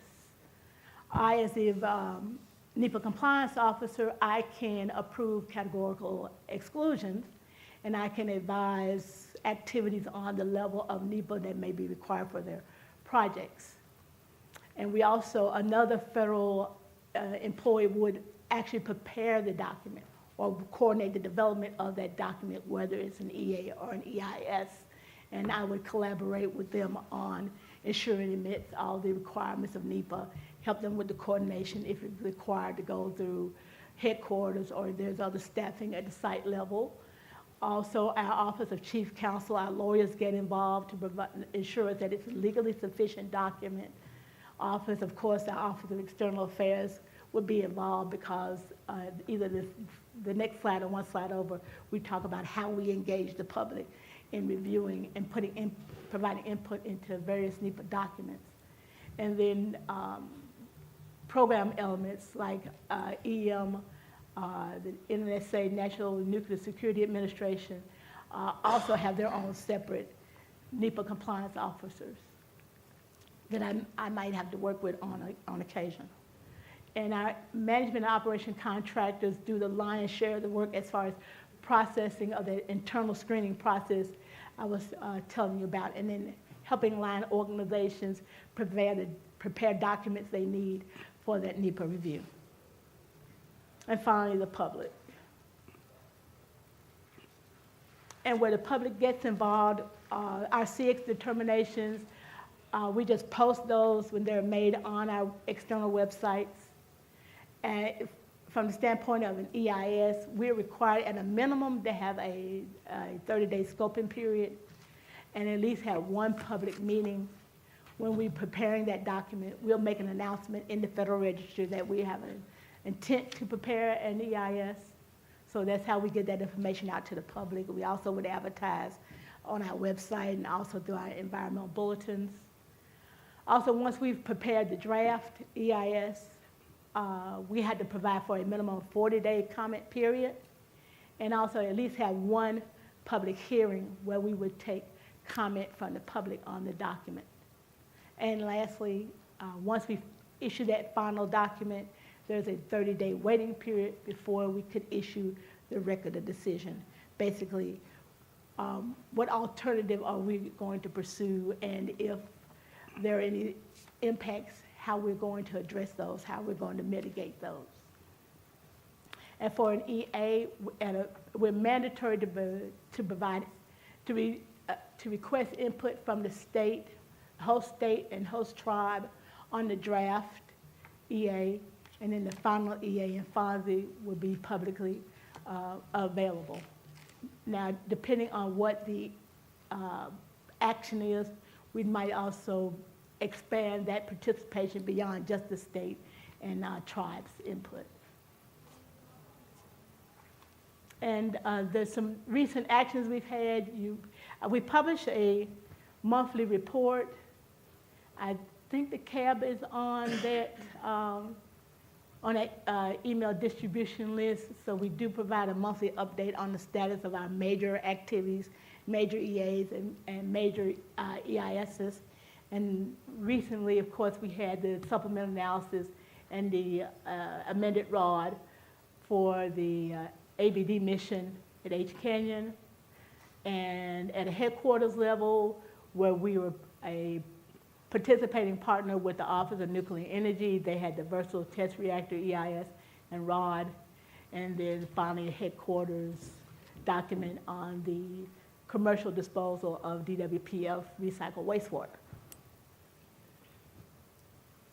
Some documents that are still open, actions that are still pending. There you can see listed proposed construction and operation of training facilities and infrastructure with the South Carolina National Guard. Also, we required every time the Forest Service makes a revision to their natural resource management plan, because there was an environmental assessment prepared for that document, we have to review those revisions and make sure it is still within bounds of that original EA. And then lastly, we're a cooperating agency with the Navy on their decommissioned naval reactor plants. And that document has yet to, there's a draft that has been out, but not the final document. And also headquarters document there, the commercial disposal of SRS contaminated process equipment. So this is where I said at the end I wanted to get a little interaction from you all to, if you would agree, if each one of these actions are subject to NEPA. And I'll do the first one, and then you can volunteer if you like, or I will call on you if I don't get any volunteers. Didn't know you were going to have a test, did you, at the CAB? Okay, the first action, replacing a roof on a contractor-occupied building at a fairly owned facility. Would that be subject to NEPA review? Okay, I'll take the first answer there. Yes, it is subject to NEPA because it is taking place on a federal land. Again, you have to remember, NEPA is looking at potential environmental impacts, whether they're significant or not. So in this case, would anybody venture to guess what level of NEPA might apply to this activity? Now, we talked about CX, EA, or EIS. Anybody want to venture a guess? CX. CX, that's right, categorical exclusion. As a matter of fact, it's codified in the regulations. Okay, now I'm going to call on somebody for the next one. Number 2, federal funding for a new research facility at any county, USA.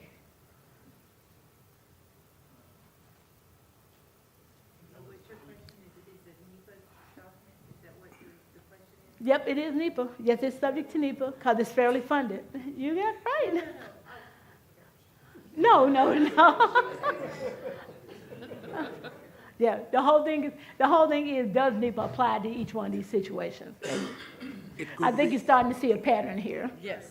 It could be EA or EIS. Well, I tell you what, it could even be a categorical exclusion. Okay. Because and I don't want to get into a whole lot of details, but there are some qualifying criteria within the categorical exclusions that might allow us to apply to CADX this, depending on the size, if the area's already been disturbed. Otherwise, it would, at a minimum, an EA, because you don't know what the environmental effects would be, depending on location and things of that nature. Most likely not an EIS. Okay. Federal agency leasing space in any town, USA. Would that be subject to NEPA review? Yes. Who said yes? Yes, it's federally funded and we're acquiring property. So that's an action. We're taking some kind of action. There's federal funds being expended for it. Again, most likely this would be just a categorical exclusion. Last one, I promise you. State highway, okay, so it's state funded, is repairing a bridge, but they require laydown area on adjacent federal land. Yes. It might be EIS. No, that wouldn't be an EIS. No, it would be subject to NEPA because it is on federal land. Most likely, again, this one could possibly be categorically excluded. Again, because I said there are some qualifying criteria that would allow us to do it. It's just normal routine maintenance.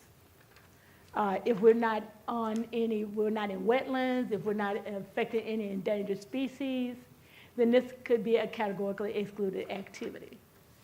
I have, pardon me, I'm interrupting, because it will require, state highway will require a lot of socio-economic analysis.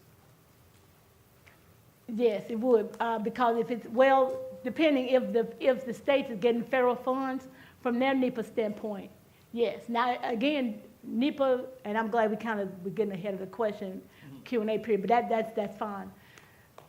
NEPA, there's a lot of latitude on how federal agencies address NEPA. So the Federal Highway Department regulations may differ somewhat from ours. Like I said, because of where this might be, how much land is being disturbed, those kind of factors, we could possibly categorically exclude it. Federal Highway, based on the nature of their regulations, they may not be able to do the same. But that was my last scenario, though.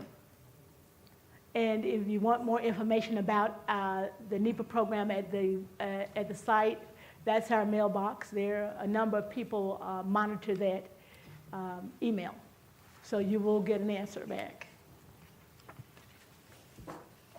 Okay, and with that, I can take questions. All right, let's start to my left with Ken. Ken Sajwan, CAB. My question is, does NEPA comes under EPA?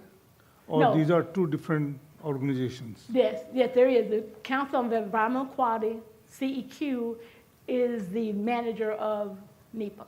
But All of the federal agencies are required to implement NEPA. So the EPA has their own set of agency-specific policies as far as NEPA is concerned. okay. Is there any time program overlaps? With EPA's program Yes. and ours, Yeah. only if we were a partner with EPA on a particular activity, would there be some overlap?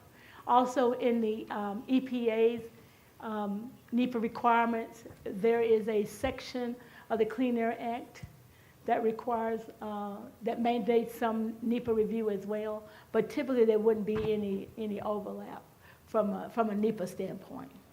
Thank you. Okay. And we'll come around to Narendra. Narendra Malik, CAB. I'm going back to the question about the road building. The road will be maybe going through certain public area. There will be land acquisition and displacement of some residents. So it will require definitely socioeconomical analysis that where the people will be move to? Before you answer that, the one thing I will point out, she wasn't asking about the road, she was asking about a lay-down yard for the work, For the repair of a bridge. for the repair of a bridge. So, so it's a lay-down yard next to a bridge, was what the question was about. Let's So say, she's not saying you're wrong about the road at all. You're exactly She was right. specific about the lay-down yard. Yep, thank you, I appreciate that. Yes, that was specific about the laydown yard, but in reality, because of the bridge is being funded by another federal agency, most likely if it's the state highway department, they're getting their federal, they're getting funding from the Federal Highway Administration, then yes, they would have to, because the road, that bridge might be in a low-income minority community, they would have to address that and other things. But my specific scenario was about just the laydown yard, adjacent to the federal land. sorry for the confusion, but I understand it now. Okay, thank you, no problem. But No you still, if there's a major project like we have to build a big building at SRS, then you might have to do supplemental EIS. Well, one of my examples, one of our most recent activities was with the accelerated de-inventory basin, ABD mission at H Canyon. And that was a supplemental analysis because we did have a previous EIS. The agency made a decision to change direction for that mission. So we had to go back and analyze that, and we did that through a supplemental analysis and recognized that we had to amend that decision. So we issued an amended ROD based on that supplemental analysis. But you're exactly right. If it's a major activity, if we're building some massive new structure, SRPPF, that's not EM, but that's another DOE mission, they had to do an EIS for that. So yes, if there's a significant major activity involved, it would require, at a minimum, an EA, if not an EIS, based on the nature of the activity. Thank you. Any other questions from around the table? Seeing none. Tracy, thank you so much. Well, I appreciate your indulgence. Thank you very much. All right, a little bit of housekeeping before we go. If you count around the table, we have 12 people. We need 11 for quorum. That means everybody needs to come back from lunch so that this afternoon we'll be able to hold our vote. I know one person needs to leave, if you'll see Heather, so that we can record an absentee ballot for you, and we'll go ahead and get you count. That means the onus is on the other 11 of you to come back, not just period, but on time. Okay? I'm going to ask you to be back at 1 p.m. There is food options down the road, down Walton Way. There's also a cafeteria in the building that I ate at yesterday and was quite happy with my decision. It is at the other end of this building. Please be back here at 1 p.m. Thank you much. Where are we going?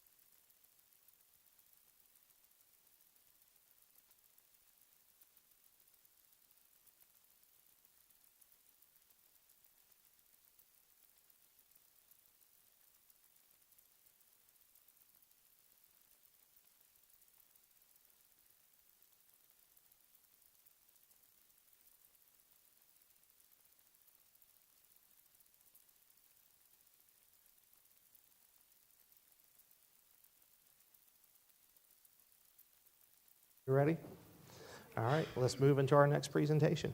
This will be on the transuranic waste program. So if you remember last time, we had a true waste presentation. They were looking at the national program. We had the guy out from Carlsbad. He was talking about what they do at WIP and how they treat it there. This is more localized. So if you had questions lingering about how SRS handles transuranic waste, what those processes, parts of those program look like, today's the day to get those questions answered, right?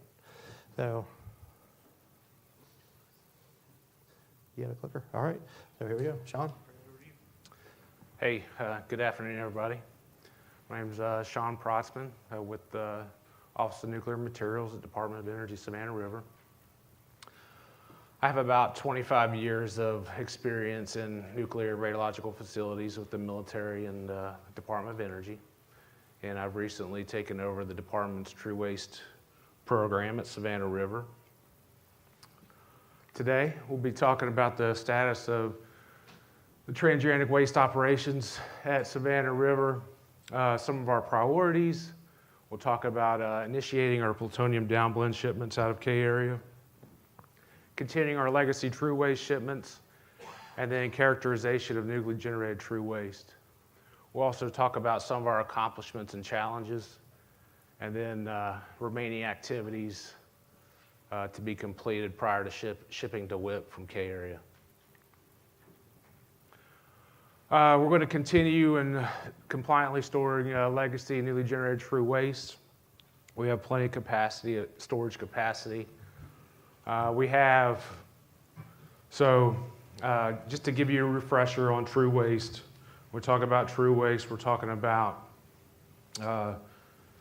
job control waste, material that's been associated with maybe with the glove box that's come in contact with residual material, primarily plutonium, but radionuclides that have an atomic number greater than 92. The concentration is going to be greater than 100 nanocuries per gram. It is not high-level waste. So that's broken down further, and we have contact handled and remote handled true waste. Over 90% of our true waste is contact handled. The remote handled has on contact radiation levels greater than 200 milliroom per hour. But for our contact handled true characterization capability, we have two areas. We have one in E area and one in K area at the CCO pad. In E area, we have the ability to ship True Pack 2s and True Pack 3s. We just completed our True Pack 3 standard large box program last fiscal year. And then we completed 11 True Pack 2 shipments in FY22. So K area, we're still pending shipment. In K area, we have the CCO pad where we do storage and characterization. We have the real-time radiography there, and then we have the high-energy neutron counters to characterize the CCOs. Hot Op started back in August of 2021. EPA Tier 1 field work was completed also in 21, and then CBFO conducted their audit in 2021 also. So at the time that this presentation was created, the New Mexico Environmental Department review was still pending. That has since completed since then. So we're in the final stages of getting ready to ship out of K area for the CCO campaign. We have a few activities left as far as review and approval of the waste stream. And once that is completed, we project to start shipping it roughly mid-December. On the left, you'll see a graph that projects shipments. So our first year of shipments, if and when we start in December, we're projecting roughly 1 to 2 shipments a month. And you can see as the fiscal years go on, we continue ramping up shipments out of K area. On the right, you'll see the True Pack 2s on the truck. And you can get roughly 42 drums in those 3 containers on that truck. One of our other goals, and this is an internal goal, is to complete our legacy true waste shipments that we have in in E area. So we have around 670 standard waste boxes left. Less than 50 shipments are needed for that. And then we have the remote handled true waste shipments also. So there are some challenges with the remote handled true waste. Because of the high on-contact radiation levels, we need shielded container assemblies. Due to commodity prices, those shielded container assemblies are very expensive. They're roughly $30,000 a container. So if you look at the number of drums that we have, that's a lot of money. So we have to stagger purchasing those shielded containers for each fiscal year. The graph you'll see below just illustrates, as we complete our shipments for each year, how that legacy true waste gets worked off. And so right now we're projecting roughly around 12 shipments a year out of E area for the legacy true waste to get to that number.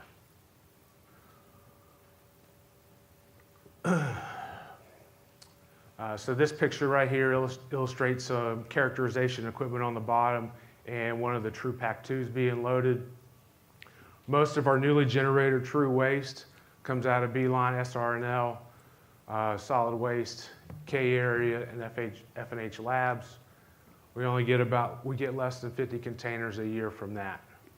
And so right now we're mixing some of the newly generated waste in with our legacy true waste shipments as part of the planning goes for that. We can store true waste on pad 6, 14, 15, 17, and 19.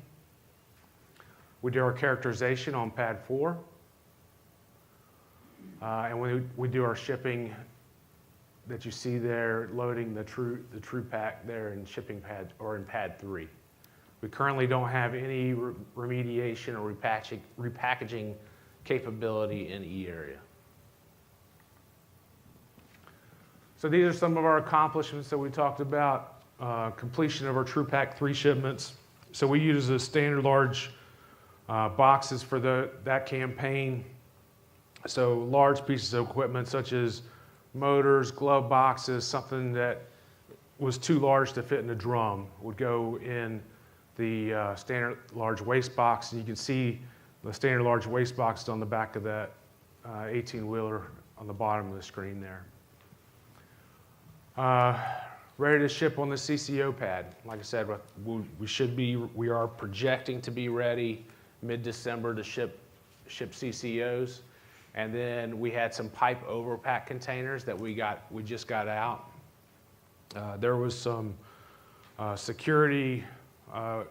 additional security we had with that costed the department some money. So long term, that was a priority to get out. It had some enriched uranium oxide, and we've already got that shipped to WIP. For a program summary, we're going to need to continue to be a significant WIP shipping site. So as we wind down our legacy true waste program, the CCO shipping program will continue to build. We're going to initiate true waste shipments out of K, complete our true waste shipping by 2030, and then reestablish our remote handle shipments from SRS. There are currently no regulatory drivers for disposition of SRS true waste. And then hopefully we can accelerate the remote handle shipments using SCAs, and then a significant portion of our newly generated true waste at SRS is coming from NNSA future missions.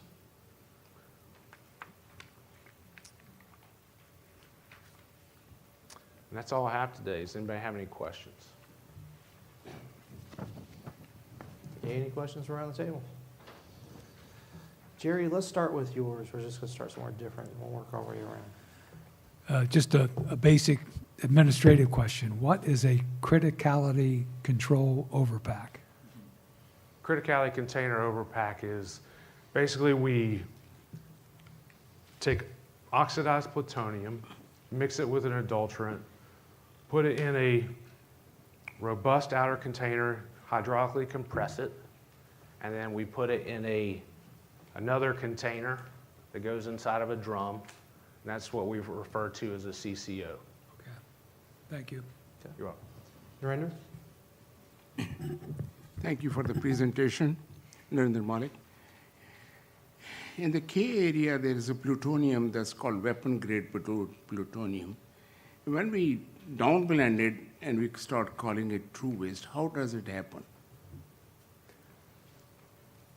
So I'll make sure I understand your question. You said, how do we get from weapons-grade plutonium to a waste product? Is that what you're asking? Okay.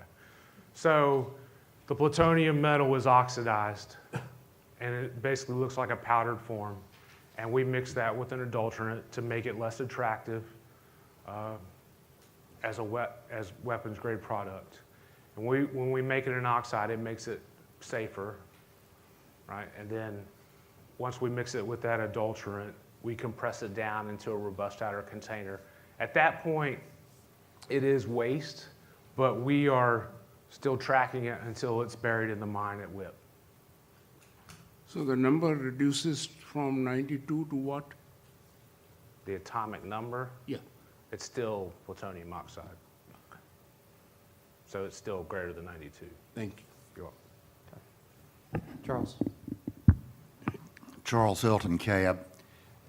In a previous presentation about cleanup, when they use the ticker units, the ionization columns or the filter columns, they said that they were putting them in a container and storing them on a pad somewhere on site.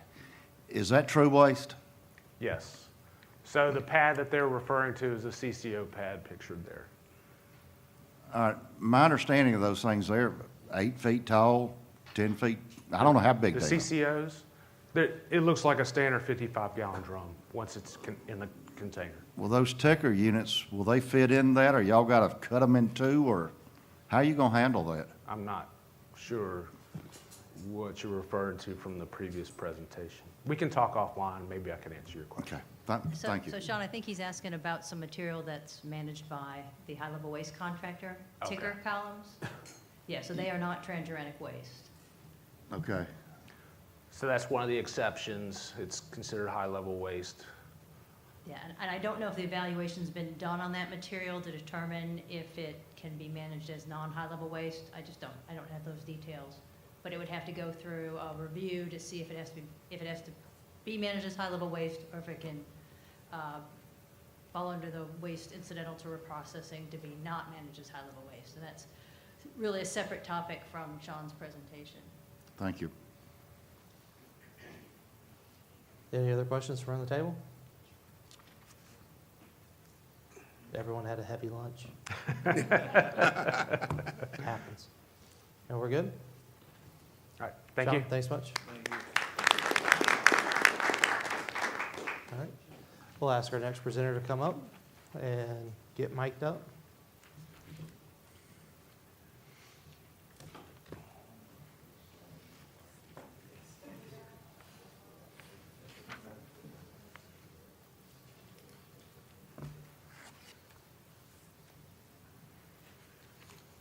Okay.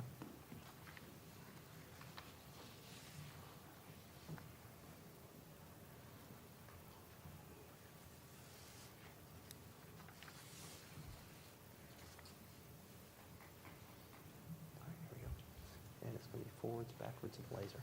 Okay. All right. You step right on up there and we're ready to go. F&H Lab, right?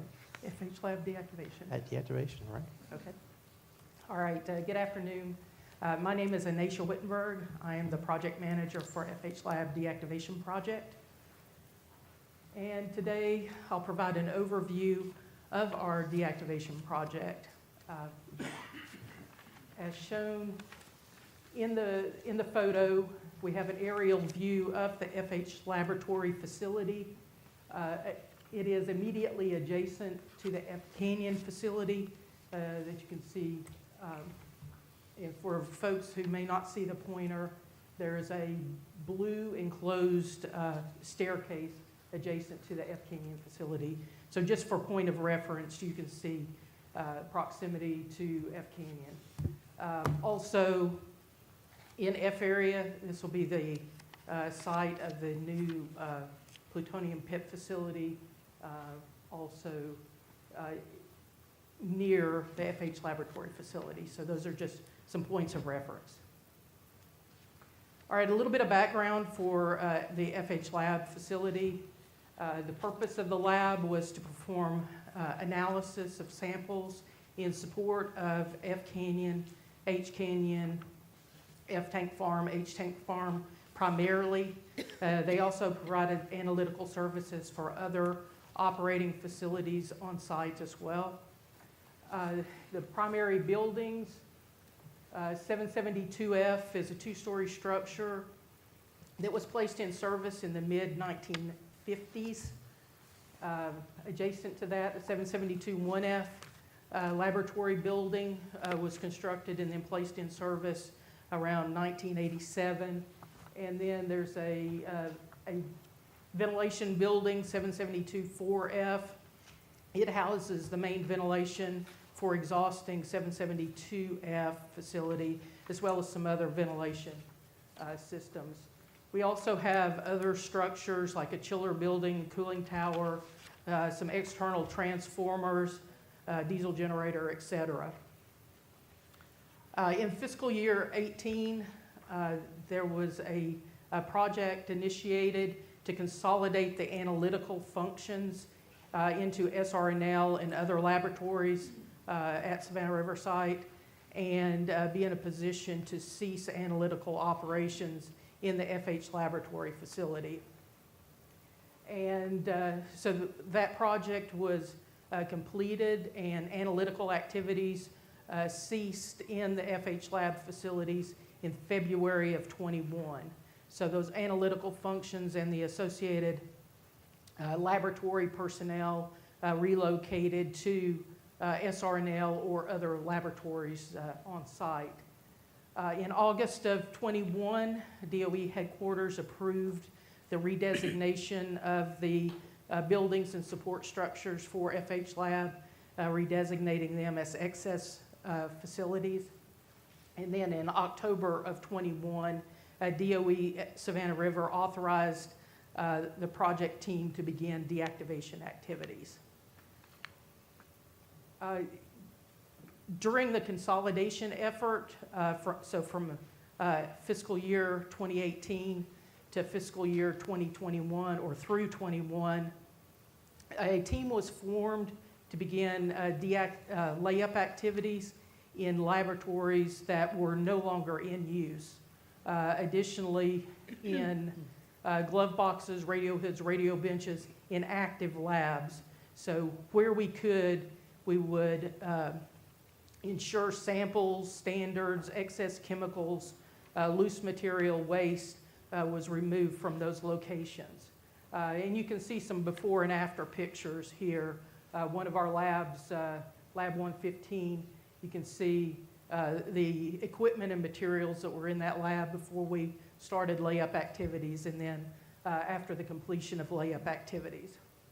The same with Lab 128, some before and after pictures.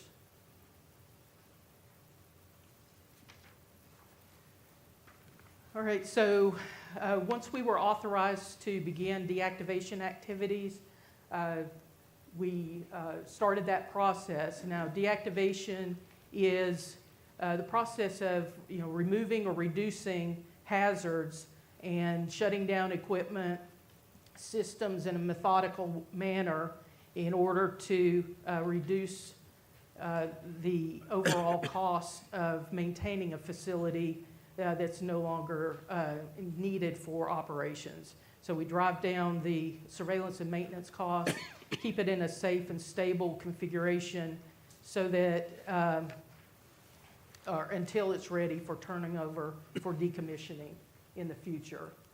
Some deactivation activities, again, removal of portable equipment, hazards, PCBs, mercury waste, batteries, just miscellaneous equipment, isolation of glove boxes. I show in the bottom right glove box. That's an example. We have metal covers that are placed over glove port covers, metal cover over inlet HEPA filters, and then if there's a transition door to either the room or an adjacent radio hood or radio bench, that's sealed so that the glove box in effect becomes a sealed box to minimize any potential for migration of contamination.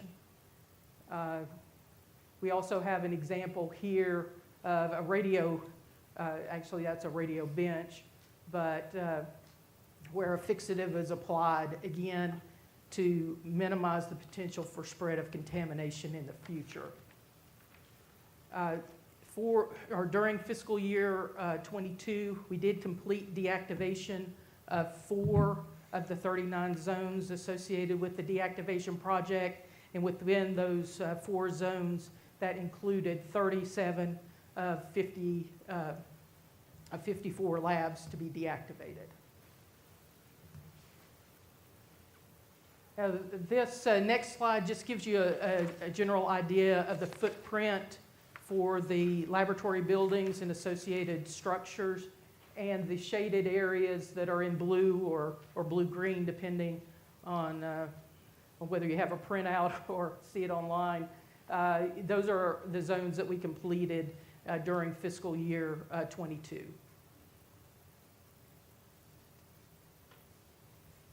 As far as the end state, at the conclusion of the FH Lab deactivation project, we'll have removed the waste. It'll be characterized and either moved to storage or to the disposition, final disposition. Any excess chemicals, oils drained from equipment, refrigerant removed, etc. We will have the main exhaust ventilation that's located in 772-4F will remain online to exhaust the 772F building. And then any other building other than 772-4F will have all utilities isolated. So what that means is we'll have domestic water, chilled water, fire water, etc. Systems will be shut down, isolated, and drained, and then I show them as air gapped. And what that means for piping systems is that a section of piping is removed, the ends are capped or sealed, and then so that there's physically an air gap in the system so that you don't inadvertently restore that system and create a hazard down the line. Similarly, for the electrical utilities, those are physically disconnected, air gapped, and made so that it's not easy to reconnect that electrical system. And then just in conclusion, again, deactivation is the safe shutdown of a facility, remove or reducing the hazards in that facility, methodically shutting down systems and driving down the cost for maintaining that facility in the long term until it's ready to transition into decommissioning. For the overall project, we completed our first year in a multi-year project last fiscal year. We're continuing with that deactivation process. We're forecasting completion in fiscal year 26 at this point.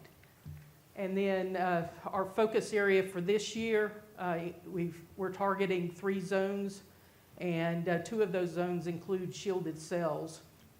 And I've provided an example here of shielded cells before waste removal and after waste removal, just as an example. So any questions? All right, folks, where do we want to start? Surrender, you're first out the gate. Let's go with you. Narendra Malik, I think this is my day to ask a lot of questions. When you completed the transition from FNH lab, I don't know, it went to C lab or EMS lab? Well, FH lab has been known as C lab. Okay. So that's the same facility. So some of the analytical activities moved to SRNL or B area labs, and then with the salt waste processing facility, they have laboratory facilities there. So some of the liquid waste analysis is now being performed there. Thank you. You're welcome. Any other questions around the table? Really, Charles? They're deactivating a lab and you don't have questions? I answered them all, right?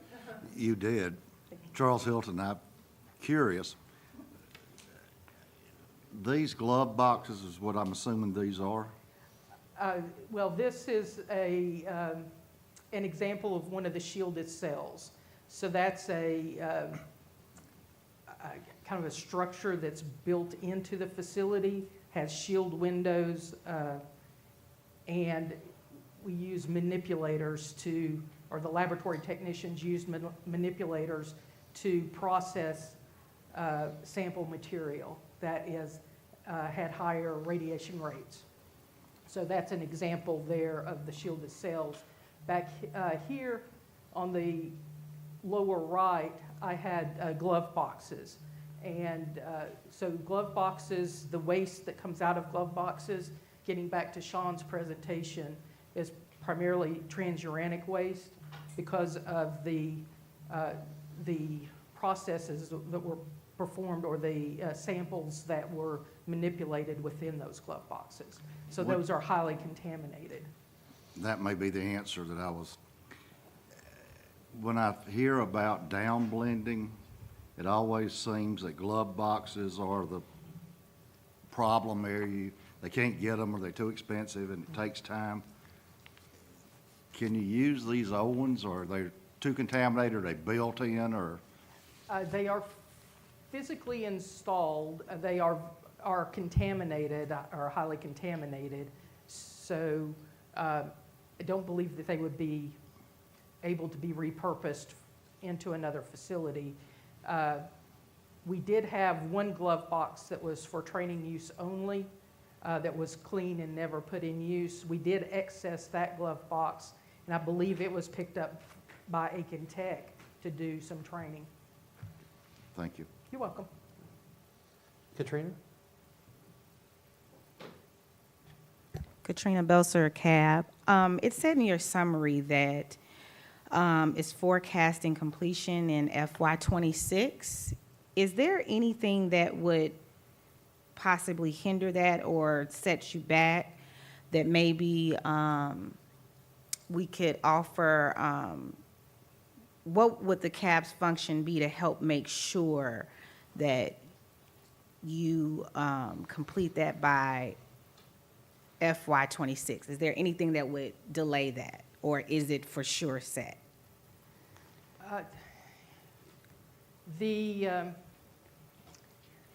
The continuation of the project depends on funding and continued funding and being able to staff and move forward toward execution of endpoints. So that will impact our ability to complete by FY26. But each year we go through a budget cycle in order to determine what is prioritized as far as funding, and so we'll have to kind of work through where FH Lab falls in the priority and how funding is provided. Okay. Thank you.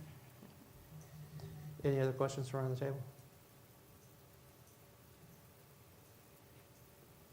Nation, thank you so much. You're welcome.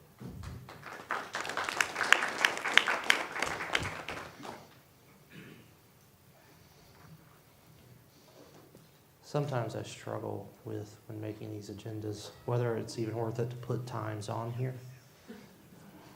Because occasionally I'll just fly through it and we wind up like right now where it was going to be 3 o'clock, but now we're looking at imminently.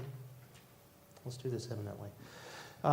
First, we have a public comment section that we need to take care of. No one has signed up, but out of the interest of fair play, I want to ask, is there anybody who would like to make a public comment? Seeing none. Our next mode of business is to take a look at the draft recommendation that was edited yesterday. Heather, can you pull up that Word version? Unless she's actively doing it behind me in a proactive manner, I don't know. The first thing we need to do is address some of the the changes that were made yesterday. So when that comes up, I know that A&O did some wordsmithing on it a little bit. They didn't change the intent. They really just changed some of the grammar and stuff like that. The more heavy lifting on what I'm going to say were probably commas and just general wording was done by Phyllis and Greg. I'm going to ask if one of you could just give a real brief overview on some of the broader, like we don't need to get granular with it, just hit the highlights of maybe what you did and what we talked about yesterday afternoon. Phyllis? Can I get you to do it in a microphone though? Oh, yeah, sorry. The main thing we did was to try to standardize some of the, like the abbreviations and things like that. And Greg, in the interest of today's world, wanted to change manpower to workforce, which I like. I have no objection. Anyway, we did all the things that we discussed, and the only thing we added was we moved that sentence that's in green just as we discussed at the A&O meeting. And then at the end, we added, for the benefit of parallel construction, changed the wording, but not the meaning of the last of that sentence that's in red now. Okay. Other than that, there were no substantive changes, of course. And we fixed financial. We finally financially dealt with Pinnacle? Yeah, I think so. That one's going to live on forever. Any questions, comments, concerns about the changes? Yeah, Kim. One more thing. Can I get you to grab the microphone? Thank you. No, it's not the formic acid. Kim Ray, CAB. At the very top, where it says recommendation managers, and it says Narendra Malik. Can we take that comma from behind Malik? When we publish this for final, I'm actually going to delete that entire line. Okay. Okay, then. But that is a good catch. Oh, and I That just is saw that is yet one. another story about no matter how many times you have 80 people look at it, you're going to miss one. Right. And Phyllis found another. Somewhere down there, did I just see formic acid was still in caps? That needs to be fixed.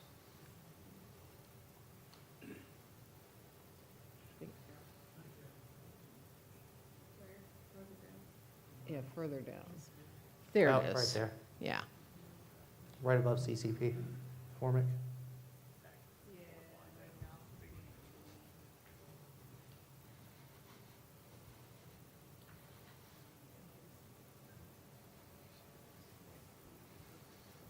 All right. Any other questions, comments, concerns about this draft? Oh. Bobby? Bobby Williams, CAB. In that third paragraph, was sent off-site, there should not be a hyphen in off-site. Oh, that Is red that- stripe there is is that actually removed? removing. Okay. Yeah. All right, thank you. James. Yes, sir. Heather, can you show it with the corrections in balloons? I think that'll clean it up for everybody so they can kind of see. There should be up at the top a show markup.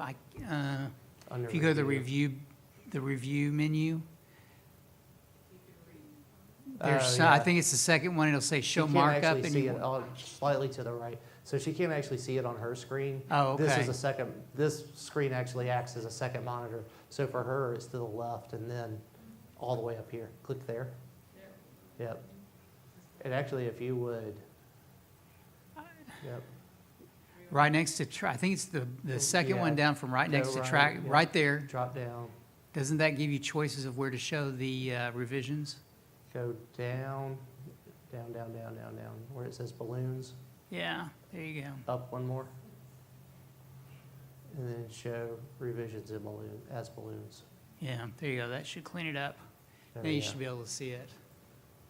Now it looks fine while showing this stuff. Okay.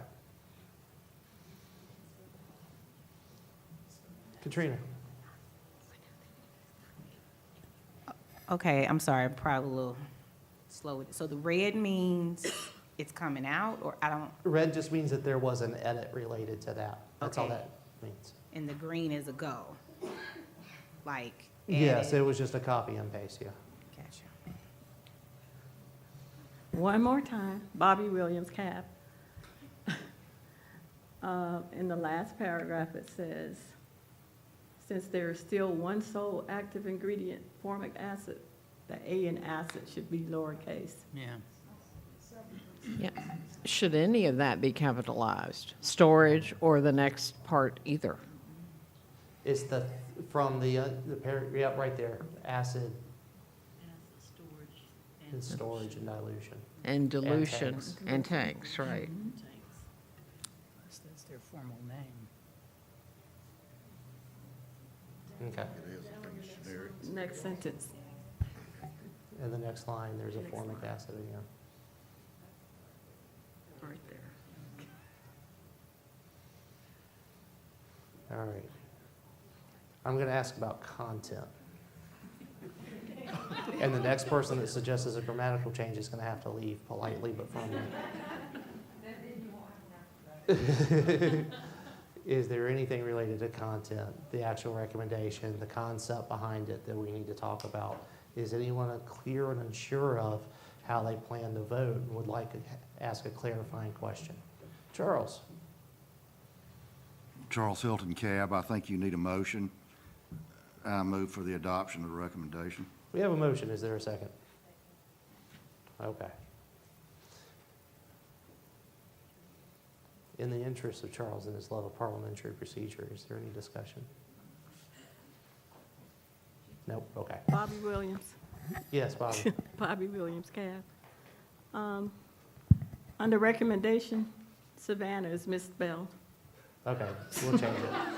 We'll get that afterwards. Ignore that for now. Forget about that.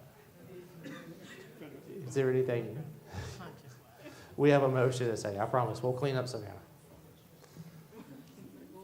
Can we pull up the vote? Thank you. Yep. We have a motion and a second. I'm not going to kick Bobby off, it's fine. Yeah, everybody pull out your voting clicker. They're up under your nameplate.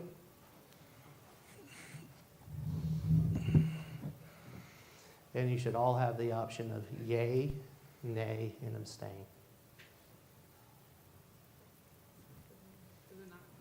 Is it open? It says it's open. Awesome. I love when it works every single time. That is great. Is it on?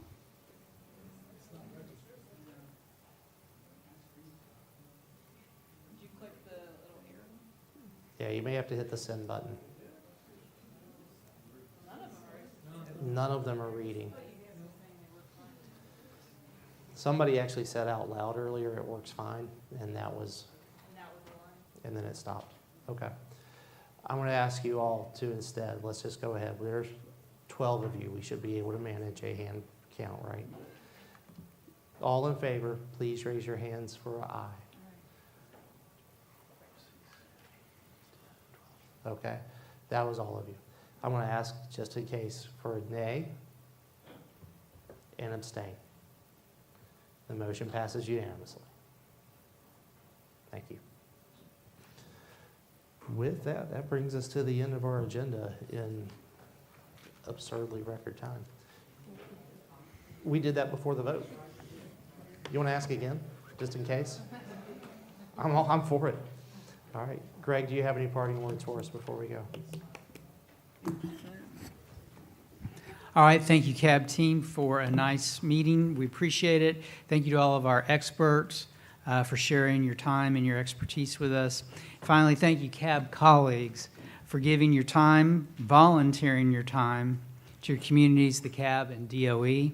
I'll see you next month at the subcommittee meetings, and with that, I will say we're adjourned.